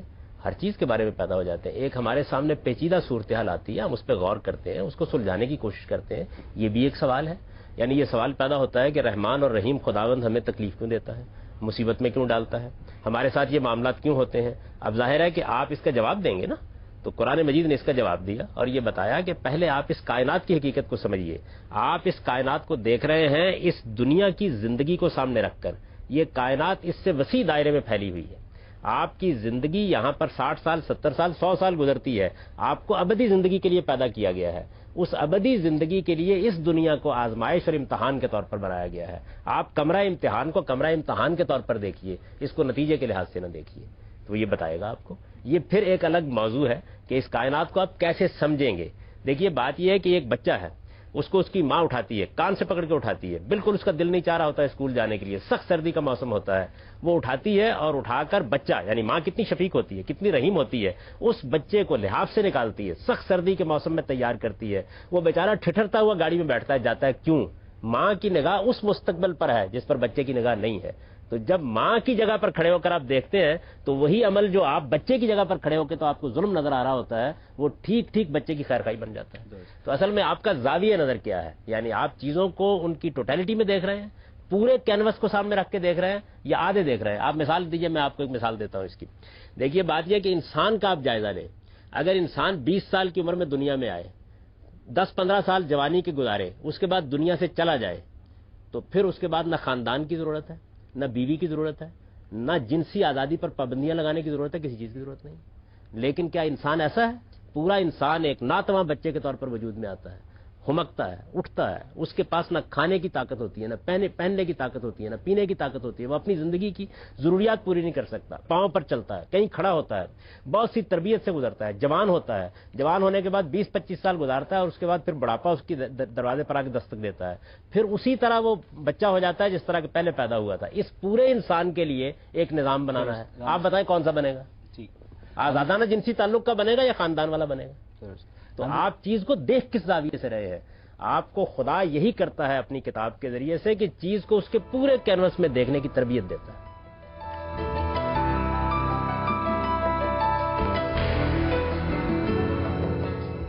حامی صاحب, عراقی شہر نینوا سے شاہ ایشور بنی پال کے زمانے کی کچھ الواح برآمد ہوئی ہیں جن پہ درج تخلیق آدم کا قصہ اسرائیلی مذاہب کے تخلیق آدم کے قصے سے بڑی مماثلت رکھتا ہے. تو کیا ہم یہ کہہ سکتے ہیں کہ اسرائیلی مذاہب کا تخلیق آدم اور تصور خدا کا قصہ دراصل عراقی دیو مالا کی ایکسٹینشن؟ خود اسرائیلی مذاہب کوئی پہلے مذاہب نہیں ہے. قرآن مجید تو یہ بتاتا ہے کہ آدم کو ایک مذہب دے کر بھیجا گیا, ان کا خدا کے ساتھ مکالمہ ہوا, انہوں نے خدا کے فرشتوں کو دیکھا, اس کے بعد آدم و حوا نے زندگی کی ابتدا کی. تو اس وجہ سے وہ قصہ تو پوری انسانیت کی میراث ہے. اسرائیلی مذاہب کوئی پہلے مذاہب تو نہیں تھے انسان کی. تو اب آپ سائنس کی روشنی میں بتاتے ہیں کہ 3 لاکھ سال سے انسان دنیا میں موجود ہے. تو یہ جو اسرائیلی مذاہب ہیں ان کی تاریخ تو 4000 سال کی نہیں ہے. تو اس 4000 سال کے زمانے سے پہلے تخلیق آدم کا جو قصہ ہے, کیا انسانیت اس سے واقف نہیں تھی؟ یعنی بائبل یہ تو نہیں بتاتی کہ یہ قصہ اس نے ایجاد کیا ہے, یہ بتا رہی ہے کہ یہ وہ واقعہ ہے جو انسانی تاریخ میں ہوا. یہ تو خود اس بات کی تصدیق ہے کہ جو بات اسرائیلی مذاہب بیان کر رہے ہیں پوری انسانیت ہمیشہ سے وہی بات مانتی چلی آ رہی ہے. قاضی صاحب, لیکن نظریہ ارتقا یہ کہتا ہے کہ انسان ہمیشہ سے ایسا نہیں ہے جیسا کہ آج ہے. مثلا اس نے لینگویج آج سے 80,000 سال پہلے استعمال کرنا سیکھی, آج سے 85,000 سال پہلے وہ افریقہ سے نکل کر اس نے ساؤتھ ایشیا کو آباد کیا. لیکن ایک طرف کیا آپ کہہ رہے ہیں کہ انسان 3 لاکھ سال سے اس کی تاریخ پرانی ہے, تو کیا یہ دونوں باتیں بیک وقت درست ہو سکتی ہیں؟ دیکھیے 3 لاکھ سال تو انسان جس صورت میں اب ہے, اب تک جو آثار ملے ہیں, ویسے تو سائنس ہر تیسرے روز کچھ نہ کچھ مدت کو بڑھا کے پیچھے لے جاتی ہے, یہ ہوتا رہتا ہے. لیکن یہ بتایا جاتا ہے کہ انسان جس صورت میں اب موجود ہے کم و بیش 3 لاکھ سال سے ہے. اس کے بعد انسان کی ایک پوری تاریخ ہے. اس تاریخ میں جو روشنی جس میں ہم کھڑے ہیں وہ تو کوئی 4-5 ہزار سال کی تاریخ ہے. اس سے پہلے جتنی تاریخ آپ بیان کر رہے ہیں یہ محض قیاسات پر مبنی ہے. تو قیاسات کی بنیاد کے اوپر آپ ایک رائے کو معقول قرار دے سکتے ہیں, ایک رائے کے اوپر تنقید کر سکتے ہیں. قیاسات پر مبنی زبان کیسے پیدا ہوئی, انسان نے کمیونیکیٹ کیسے سیکھا, زبان کہتے کس کو ہیں, 80,000 سال پہلے کیا یہ زبان کا یہ خاص ڈھانچہ وجود میں آیا تھا جو اب ہے, یا انسان کسی زمانے میں گونگا تھا؟ یہ سوال پیدا ہوتا ہے. قرآن آپ کو ایک دوسری داستان سناتا ہے, وہ یہ کہتا ہے کہ انسان کے 2 دور ہیں. ایک دور اس کے حیوانی وجود کا دور ہے, جب وہ ارتقاء کے آخری مراحل پر پہنچ گیا پھر اس کو انسانی شخصیت دی گئی ہے. آپ کا فاسلز کا جو ریکارڈ ہے وہ آپ کے سامنے جو داستان سنائے گا ممکن ہے کہ وہ حیوانی وجود کے زمانے کی داستان ہو. تو جس طرح آپ سائنس کے ان قیاسات کو سنتے ہیں, اس طرح ذرا تھوڑی دیر کے لیے قرآن کو بھی سن لیا کیجیے کہ وہ کیا کہتا ہے. اس کی بات زیادہ معقول ہے, زیادہ علم و عقل کے معیار پر پوری اترتی ہے, یا یہ قیاسات زیادہ عقل و عقل کے معیار پر پورے اترتے ہیں؟ نظریہ ارتقاء کی بنیاد کیا ہے؟ مشابہتوں کی بنیاد پر ایک تصور اخذ کر لیا گیا ہے. ابھی تک تو کوئی ایویڈنس نہیں مل سکا اس کے حق میں. اس کی وجہ یہ ہے کہ اگر ارتقاء ایک عمل ہے تو لازمی طور پر مخلوقات میں ناقص بھی ہونی چاہیے, کامل بھی ہونی چاہیے. ہم تو صرف کامل مخلوقات کو دیکھتے ہیں, آج تک کوئی ناقص مخلوق نہیں دیکھی. ہو تو بتا دیجیے. ہر چیز کا بنانے والا کوئی ہے, اس وجہ سے خدا کا تصور آتا ہے. لیکن خدا خود کہاں سے, یہ سوال ایک ذہن میں آتا ہے. میں نے نہیں کہا کہ ہر چیز کا ایک بنانے والا ہونا چاہیے, ہر بنی ہوئی چیز کا ایک بنانے والا ہونا چاہیے. ہر بنی ہوئی اگر کائنات اپنے آپ کو خود ایکسپلین کر دیتی ہے تو ہم اس کا بنانے والا نہیں ڈھونڈیں گے. میری عقل نے میری تربیت کیا کی ہے, میں یہ دیکھوں گا کہ میرے سامنے جو فینومینن ہے, جو چیز میرے سامنے آ رہی ہے وہ کیا ہے. اگر وہ چیز اپنی ایکسپلینیشن خود دے دیتی ہے.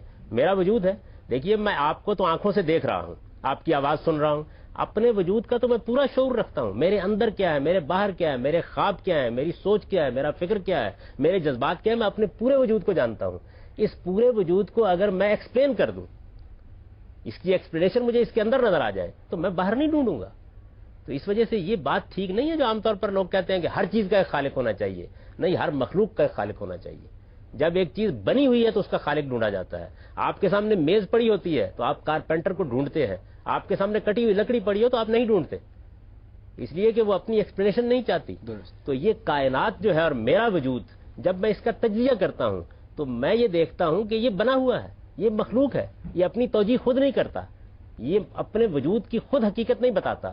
اس وجہ سے میں ڈھونڈتا ہوں اس کے پیچھے. تو میرے سامنے پہلے وہ چیز آتی ہے. سائنسی علم کیا ہے؟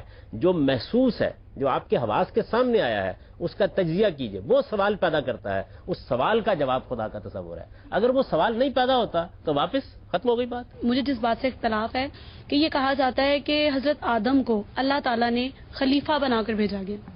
جہاں پر لفظ خلیفہ کا استعمال ہوتا ہے، خلافت اسے دی جاتی ہے جس سے پیچھے بھی کوئی ہو. تو اگر وہ پہلے ہی انسان تھے تو انہیں خلافت کیسے مل گئی؟ اور اگر یہ کہا جاتا ہے کہ اسلام کے مطابق گوڈ کا جو کنسیپٹ ہے اسلام کے تھرو ہمیں بالکل کلیئر ملا ہے، تو کیا اللہ تعالیٰ کو اپنی اس نے بنائی ہوئی تھی ایک پروسیجر، اس کے مطابق کیا حضرت آدم اس قابل نہیں تھے کہ وہی پیغمبر کہلاتے اور سب کچھ آگے سے یوں ہی چلتا رہتا؟ انہوں نے پھر 1,24,000 پیغمبر بھیج کر کیا ثابت کیا؟ آدم پہلے پیغمبر تھے. خلیفہ کا مطلب یہ ہے کہ میں زمین میں ایک ایسی مخلوق بنانے والا ہوں جس کو اختیار بھی دوں گا اور اقتدار بھی دوں گا. خلیفہ کا لفظ عربی زبان میں 3 معنی میں استعمال ہوتا ہے. ایک جانشین کے معنی میں استعمال ہوتا ہے، ایک نائب کے معنی میں استعمال ہوتا ہے، اور ایک صاحب اقتدار مخلوق کے معنی میں استعمال ہوتا ہے. تو انسان کا سب سے بڑا کمال یہی ہے کہ اس کو اختیار دیا گیا ہے. یہ اس چیز کا اظہار ہے. آدم علیہ السلام بھی یہ اختیار اور اقتدار لے کے آئے تھے. زمین کا بادشاہ بنایا گیا انسان کو، زمین کی حکومت دے دی گئی. اگر قرآن کی روح سے بھی دیکھا جائے حضرت آدم کا ذکر ہے، اس کے بعد کے لوگوں کا ذکر نہیں ہے.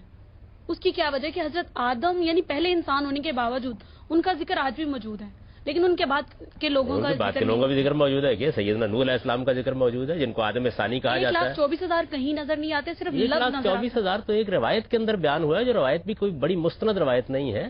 قرآن مجید نے ان پیغمبروں کے نام دے دیے ہیں. قرآن میں ایسی کوئی بات نہیں، قرآن میں اس کا ذکر بھی نہیں ہے. یہی مسئلہ ہے میری بہن ہمارا کہ ہمارے پاس وہ کتاب موجود ہے جس کے بارے میں یہ کہا جاتا ہے کہ یہ خدا کی کتاب ہے. ہم نے کبھی اس کو اٹھا کر کھول کر بھی نہیں دیکھا.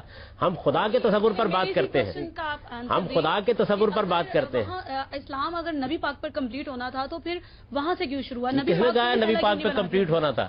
یہ کس نے کہا ہے؟ آدم علیہ السلام کو خدا کا دین دیا گیا. قرآن کہتا ہے کہ ان الدین عند اللہ الاسلام، خدا نے اس کے علاوہ کوئی دین دیا ہی نہیں کبھی. آدم علیہ السلام کو یہی دین دیا گیا، نوح علیہ السلام کو یہی دین دیا گیا. قرآن کے الفاظ سنیے کیا ہیں، شرع لکم من الدین ما وصی بہ نوح والذی اوحینا الیک. اے پیغمبر، ہم نے آپ کو بالکل وہی دین دیا ہے جو ہم نے آدم کو دیا، جو نوح کو دیا. پھر اس کے بعد سب پیغمبروں کا نام لے کے کہا ہے ایک ہی دین ہے جو سب کو دیا گیا ہے. رسالت میں آپ صلی اللہ علیہ وسلم نے اس دین کو زندہ کیا ہے آ کے. یعنی اس کے اوپر کچھ گرد پڑ چکی ہوئی تھی، اس میں کچھ بدعتیں داخل ہو گئی تھیں، اس میں کچھ انحرافات ہو گئے تھے، اس کو لوگ فراموش کر چکے تھے، اس کو زندہ کیا ہے. رسول اللہ صلی اللہ علیہ وسلم تو اس دعوے کے ساتھ آئے ہی نہیں ہے کہ میں نیا دین لے کے آیا ہوں. وہ تو یہ کہہ کے آئے ہیں کہ میں خدا کا وہ دین زندہ کرنے کے لیے آیا ہوں جو تمام نبیوں کا دین ہے. اسلام کا دعویٰ یہ ہے. ہم لوگ تو دنیا کے اندر وہ واحد قوم ہے جو یہ کہتے ہیں کہ لا نفرق بین احد من رسلہ، ہم سب پیغمبروں کو مانتے ہیں، کسی ایک کا بھی انکار نہیں کرتے. اس وجہ سے یہ بات ہی ٹھیک نہیں ہے. میں وہی بات گزارش کر رہا تھا بڑے ادب کے ساتھ آپ سے. یہ بدقسمتی ہے ہماری کہ ہم فلسفہ پڑھیں گے، ہم سائنس پڑھیں گے، ہم باتیں سنیں گے، ہم پروگرام دیکھیں گے، لیکن زندگی کے بڑی بڑی حقیقتوں کے بارے میں رائے قائم کریں گے اور کبھی قرآن کھول کر نہیں دیکھیں. درست، یہ حادثہ ہے انسانیت کا. وہ آپ کے ایک ایک سوال کا جواب دیتا ہے آپ کو، اور معاف کیجئے گا کہ کوئی تحکم کے ساتھ نہیں دیتا، علم کے ساتھ دیتا ہے، عقل کے ساتھ دیتا ہے، دلائل کی بساط بچھا کے دیتا ہے. یہ جو کچھ میں آپ کے سامنے عرض کر رہا ہوں اپنی طرف سے عرض نہیں کر رہا، یہ سب کچھ اللہ کی کتاب میں موجود ہے.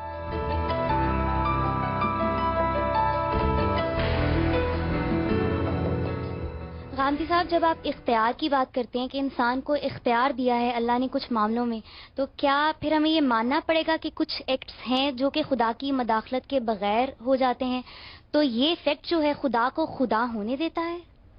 جب خدا نے خود اختیار دے دیا ہے تو اس نے ایک دائرہ مقرر کیا. آزاد ہو گیا نا، ایک دائرے میں آزاد ہوا ہے. یعنی آزادی آپ کو مطلق نہیں دے دی گئی. ایبسولوٹ آزادی نہیں دی گئی, ایک دائرے میں دی گئی ہے, اتنی دی گئی ہے جس سے آپ بڑا فساد نہ پیدا کر دیں. اور یہ کیوں دی گئی ہے؟ اس لیے کہ اس آزادی کے بغیر انسان نام کی کوئی چیز وجود ہی میں نہیں آ سکتی. انسان نام کر رہا ہے انسان, جی بڑا فساد تو پیدا کر رہا ہے انسان, آزادی کا استعمال ہو رہا ہے. اگر کبھی مطلق اختیار دے دیا جاتا تو آپ دیکھتے ہیں کیا کرتا. ابھی کیا ہوتا ہے, قومیں سرکش ہوتی ہیں, وہ پکڑ لیتا ہے, لوگ حدود سے بڑھتے ہیں, وہ گرا دیتا ہے.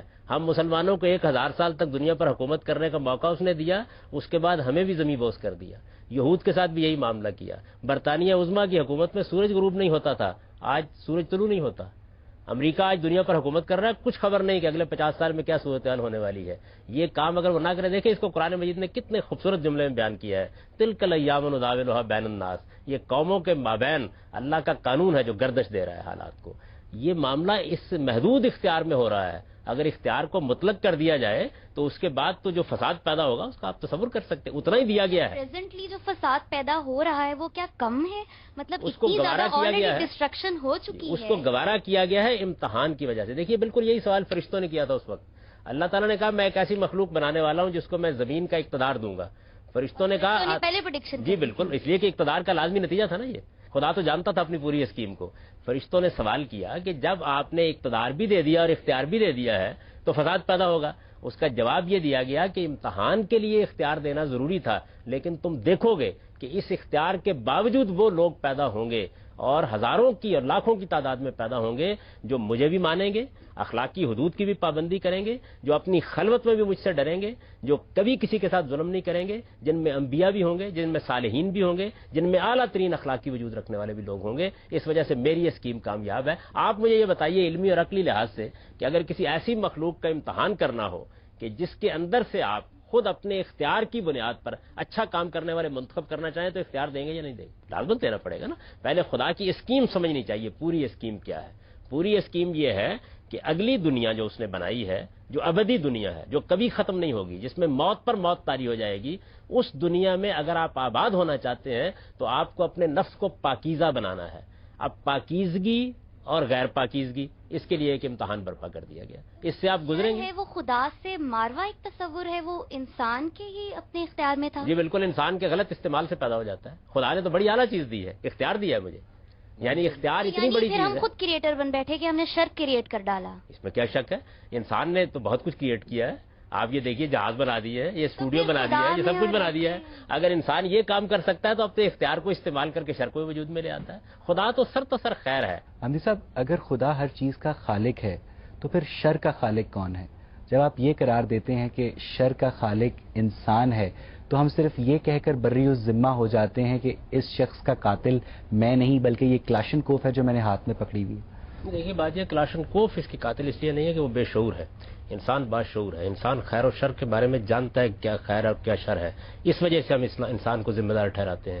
میرے راستے میں جاتے ہوئے اگر ایک بیل مجھے ٹکر مار دے تو کوئی اس کو سزا نہیں دیتا سوائے حمورابی کے قانون کے. اس کی وجہ یہ ہے کہ بیل کے بارے میں جانتا ہوں کہ وہ ایک بے شعور مخلوق ہے. انسان باشعور ہے. انسان اپنے شعور سے دستبردار ہو جائے گا تو اس کا کوئی مواخذہ نہیں ہے, جس طرح ایک جانور کا کوئی مواخذہ نہیں ہے. مجھ پر دیوار گر پڑتی ہے, میں نے تو نہیں دیکھا کہ آج تک کوئی ڈنڈا لے کھڑا ہو گیا اور اس نے دیوار کو مارنا شروع کر دیا ہو. اس لیے کہ میں جانتا ہوں کہ دیوار ایک بے شعور چیز ہے, آ گری ہے میرے اوپر. لیکن جس وقت میں آپ کو تھپڑ مار دوں گا, آپ مجھے مار دیں گے, تو پھر مجھ سے پوچھا جائے گا کہ تم ایک باشعور مخلوق ہو, تمہارا ذہنی توازن ٹھیک ہے؟ اگر ذہنی توازن ٹھیک ہے تو اس کا مطلب یہ ہے کہ میں خیر کا اور شر کا شعور رکھتا ہوں. یہ خود اس بات کی دلیل ہے. دیکھیے بات یہ ہے کہ انسان باتیں بنانے کو بہت باتیں بنا سکتا ہے. قرآن مجید نے اس کے اوپر ایک بڑا خوبصورت تبصرہ کیا ہے کہ بل الانسان علی نفسہ بصیرہ ولو القی معاذیرہ. انسان بڑے بہانے تراش لیتا ہے لیکن وہ اپنے ضمیر پر خود گواہ ہے. نیکی اور بدی کو آپ دیکھ لیجئے, کتنا گہرا شعور ہے اس کا. بے شمار لوگ ہوں گے ملاوٹ کر رہے ہیں, کم تول رہے ہیں, دوسروں کے ساتھ زیادتی کر رہے ہیں, دوسروں کے گھر میں نقب لگا رہے ہیں, چوری کر رہے ہیں, قتل کر رہے ہیں. کبھی کوئی ایک انسان آپ کو ایسا ملا انسانی تاریخ میں جو بیٹھا ہوا ہو اور بیٹھ کے یہ کہہ رہا ہو کہ آؤ دوستو میرے گھر میں چوری کر لو, لوگوں میں بازار میں جا رہا ہوں, آؤ مجھے کم تول دو؟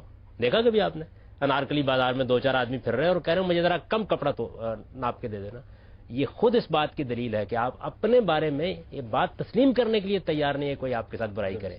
تو برائی اور نیکی کا شعور اتنا گہرا ہے آپ کے اندر, انسان اصل میں دوسروں کے معاملے میں بہانے بناتا ہے. ہر چیز کو کوئی نہ کوئی بناتا ہے, تو پھر اکثر لوگ پوچھتے ہیں تو اس بنانے والے کو کون بناتا ہے؟ یہ سوال یہ نہیں ہوتا کہ بنانے والے کو کس نے بنایا ہے, سوال یہ ہے کہ جو چیز ہے وہ کیا ہے. اگر چیز بنی ہوئی ہے تو میں اس کا بنانے والا تلاش کروں گا، اگر چیز بنی ہوئی نہیں ہے، اپنی ایکسپلینیشن خود دے دیتی ہے، اپنی توجیہ خود کر دیتی ہے تو نہیں تلاش کروں گا۔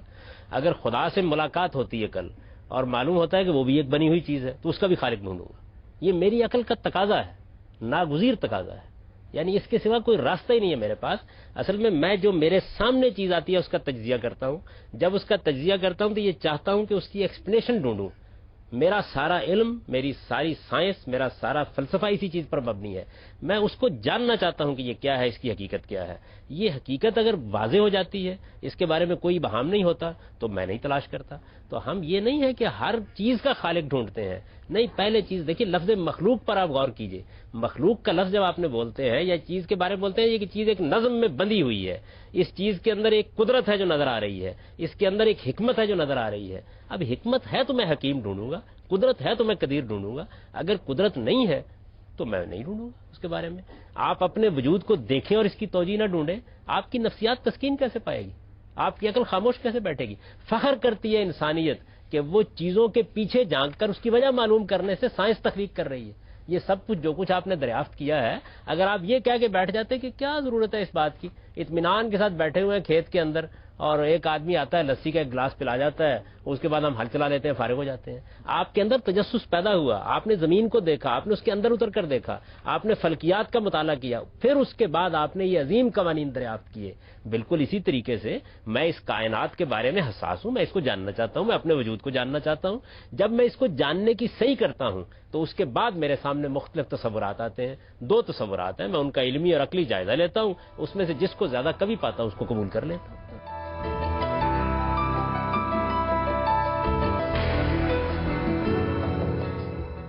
عالمی سطح پہ اب ہم تصور خدا کو کیسے پیش کر سکتے ہیں، جب خاص طور پہ دلائل کے ساتھ جو قرآن مجید نے دی ہے، اگر آپ ٹھیک اس استدلال کے ساتھ بیان کریں۔ دیکھیے ابھی تو یہ موضوع بہت اجمالی طور پر بیان ہو رہا ہے، ورنہ میں آپ کو یہ بتاتا کہ رسالت مآب صلی اللہ علیہ وسلم کی ہستی سے اللہ تعالیٰ کے وجود اور اللہ تعالیٰ کی اخلاقی مداخلت کو کس طریقے سے بالکل لیبارٹری ٹیسٹ کے درجے میں ثابت کر دیا گیا ہے، وہ ایک الگ بحث ہے۔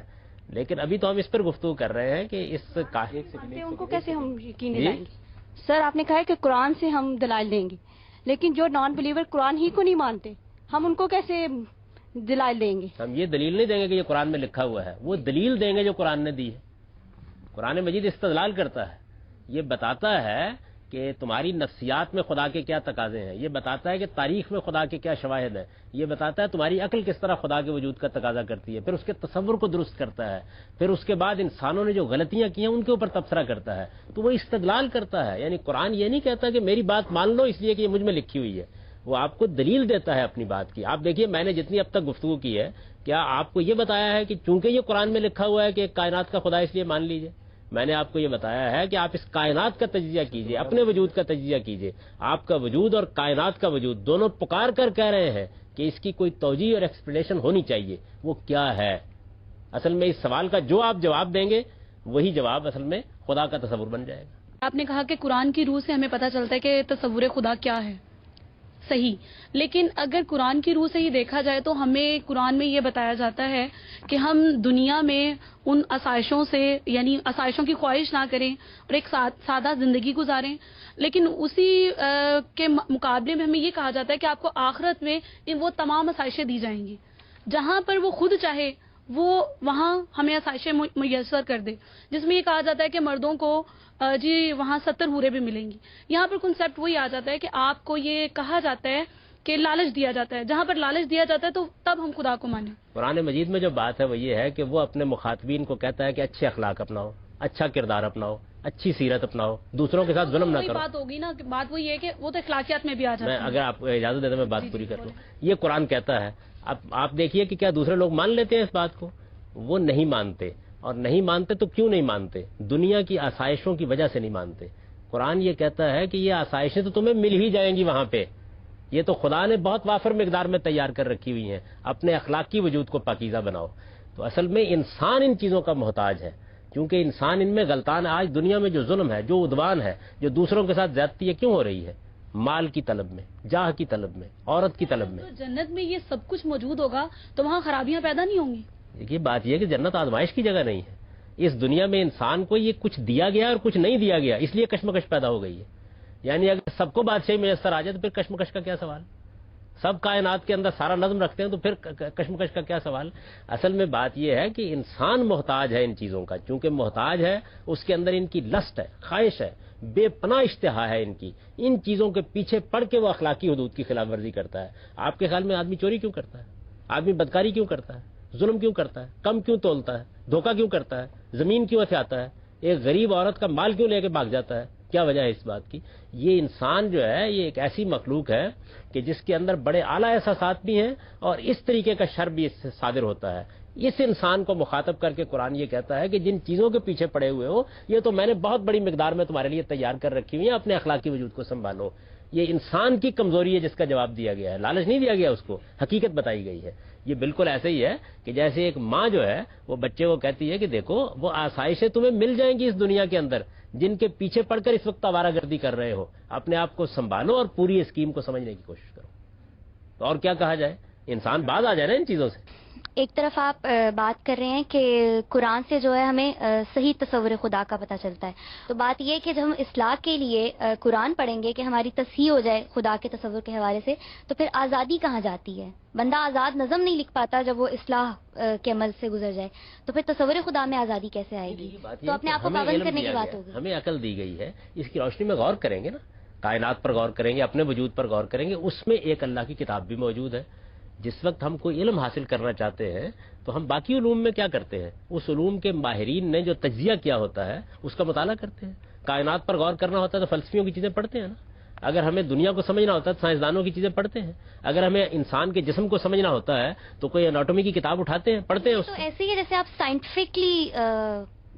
سائنٹیفک طریقے سے تصحیح کر رہے ہیں خدا کے تصور، یہ قرآن ایسے ہی کرتا ہے، وہ آپ کو بالکل اسی طرح دلائل دیتا ہے جس طرح ایک آدمی آپ کے ساتھ۔ روحانی رشتہ کہاں پہ گیا؟ روحانی رشتہ تو اس کے نتیجے میں پیدا ہوتا ہے، یعنی جب آپ ان دلائل کی روشنی میں قائل ہو جاتے ہیں کہ اس کائنات کا ایک پروردگار ہے اور آپ اس چیز کو بھی مان لیتے ہیں کہ آپ اس کے بندے ہیں، تو اب ایک رشتہ پیدا ہوتا ہے۔ دیکھیے پہلا مرحلہ تو یہ ہے نا کہ آپ سے یہ منوایا جائے کہ آپ کی ایک ماں اور آپ کا ایک باپ ہے۔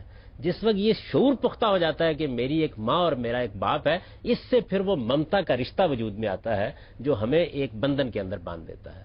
تو پہلے تو خدا کا تصور پیدا ہوگا، صحیح ہوگا وہ تصور، اس کے اندر کوئی غلطی ہے تو اس کی اصلاح ہوگی، ہم بالکل ٹھیک جگہ پر، ٹھیک جگہ کا مطلب کیا ہے؟ جس سے ہماری نفسیات مطمئن ہو گئی، ہماری عقل مطمئن ہو گئی، ہمارے تمام سوالوں کا جواب مل گیا، اب ایک روحانی رشتہ وجود میں آتا ہے، پھر اس رشتے کے تقاضے زیر بحث آنا شروع ہو جاتے ہیں۔ تو ایسے ہی دنیا کے باقی معاملات میں ہوتا ہے۔ یہ جب ہم کہتے ہیں نا آپ قرآن پڑھیے، تو اس کا مطلب کیا ہے؟ اس کا مطلب یہ ہے کہ ایک ایسی کتاب موجود ہے جو آپ کو بغیر کسی تعصب کے اس پوری کائنات کا جائزہ لے کے تجزیہ کر کے صحیح جگہ کے بارے میں علم دیتی ہے۔ علم کو قبول آپ نے کرنا ہے، آزادی ہے آپ کو۔ قرآن مجید کوئی ڈنڈا نہیں رکھتا اپنے پاس کہ وہ آپ کو مارے گا اور کہے گا کہ ضرور آپ مجھے مان لیں، وہ دلائل دیتا ہے۔ غازی صاحب، یہاں لوگوں نے کچھ ایسے سوال بھی کیے جو بادی النظر میں گستاخی کے زمرے میں آتے ہیں، تو کیا جاننے اور سیکھنے کے لیے ہر بات پوچھی جا سکتی؟ میں تو یہ لفظ استعمال نہیں کروں گا۔ میرے نزدیک تو دیکھیے انسان کے اندر جو فطری تجسس ہے، ہمیں اپنی نئی نسلوں کو اس کا موقع دینا چاہیے، وہ سوال کریں، وہ پوچھیں، وہ اعتراض کریں، ان کے ذہن میں جو بات آ رہی ہے ہمارے سامنے رکھیں۔ کیا آپ اپنی نئی نسلوں کو منافق بنا دینا چاہتے ہیں کہ ان کے دل و دماغ میں خارزار تو اگے ہوئے ہوں، شکوک کے کانٹے پڑے ہوئے ہوں اور وہ ان کو زبان نہ دیں؟ یہ چاہتے ہیں؟ ہمیں چاہیے کہ ہم ان کو زبان دیں، ان کو اپنی بات کرنے دیں، ان کے دلائل سنیں، ان کو مطمئن کرنے۔ اگر ہم ان کو مطمئن کرنے کی صلاحیت نہیں رکھتے تو پھر ہمیں کوئی دعویٰ لے کے اٹھنا بھی نہیں چاہیے۔ جب ہم کہتے ہیں کہ اس کائنات کا ایک پروردگار ہے اور ایک دن اس کے حضور میں جواب دہ ہونا ہے، تو پھر ہمیں اپنی نئی نسل کو اس پر قائل کرنا ہے، اور یہ ضروری ہے۔ قائل آپ اسی وقت کریں گے جب شکوک پیدا ہونے دیں، اعتراضات کرنے دیں۔ آپ اس کو گستاخی کیوں کہتے ہیں؟ آپ ان کو سوالات کہیے، اعتراضات کہیے، اور اس کے کرنے کے لیے انکریج کیجیے، حوصلہ افزائی کیجیے اپنی نئی نسلوں کی، تاکہ وہ اٹھیں، اٹھ کے اپنی بات کہیں اور پھر ایمان کی روشنی لے کے دنیا میں جائیں۔ ناظرین، آج ہم نے تصور خدا سے متعلق مختلف پہلوؤں پر بحث کی۔ آپ نے معاشرے کے مختلف طبقوں سے تعلق رکھنے والے نوجوانوں کے تصور خدا سے متعلق خیالات سنے، اور ایسی ہی صحت مند بحث کسی بھی پلورلسٹک معاشرے کی بنیاد ہوتی ہے۔ اس کے ساتھ ہی اپنے میزبان اویس اقبال اور پروگرام غامدی کی پوری ٹیم کو اجازت دیجیے۔ خدا حافظ۔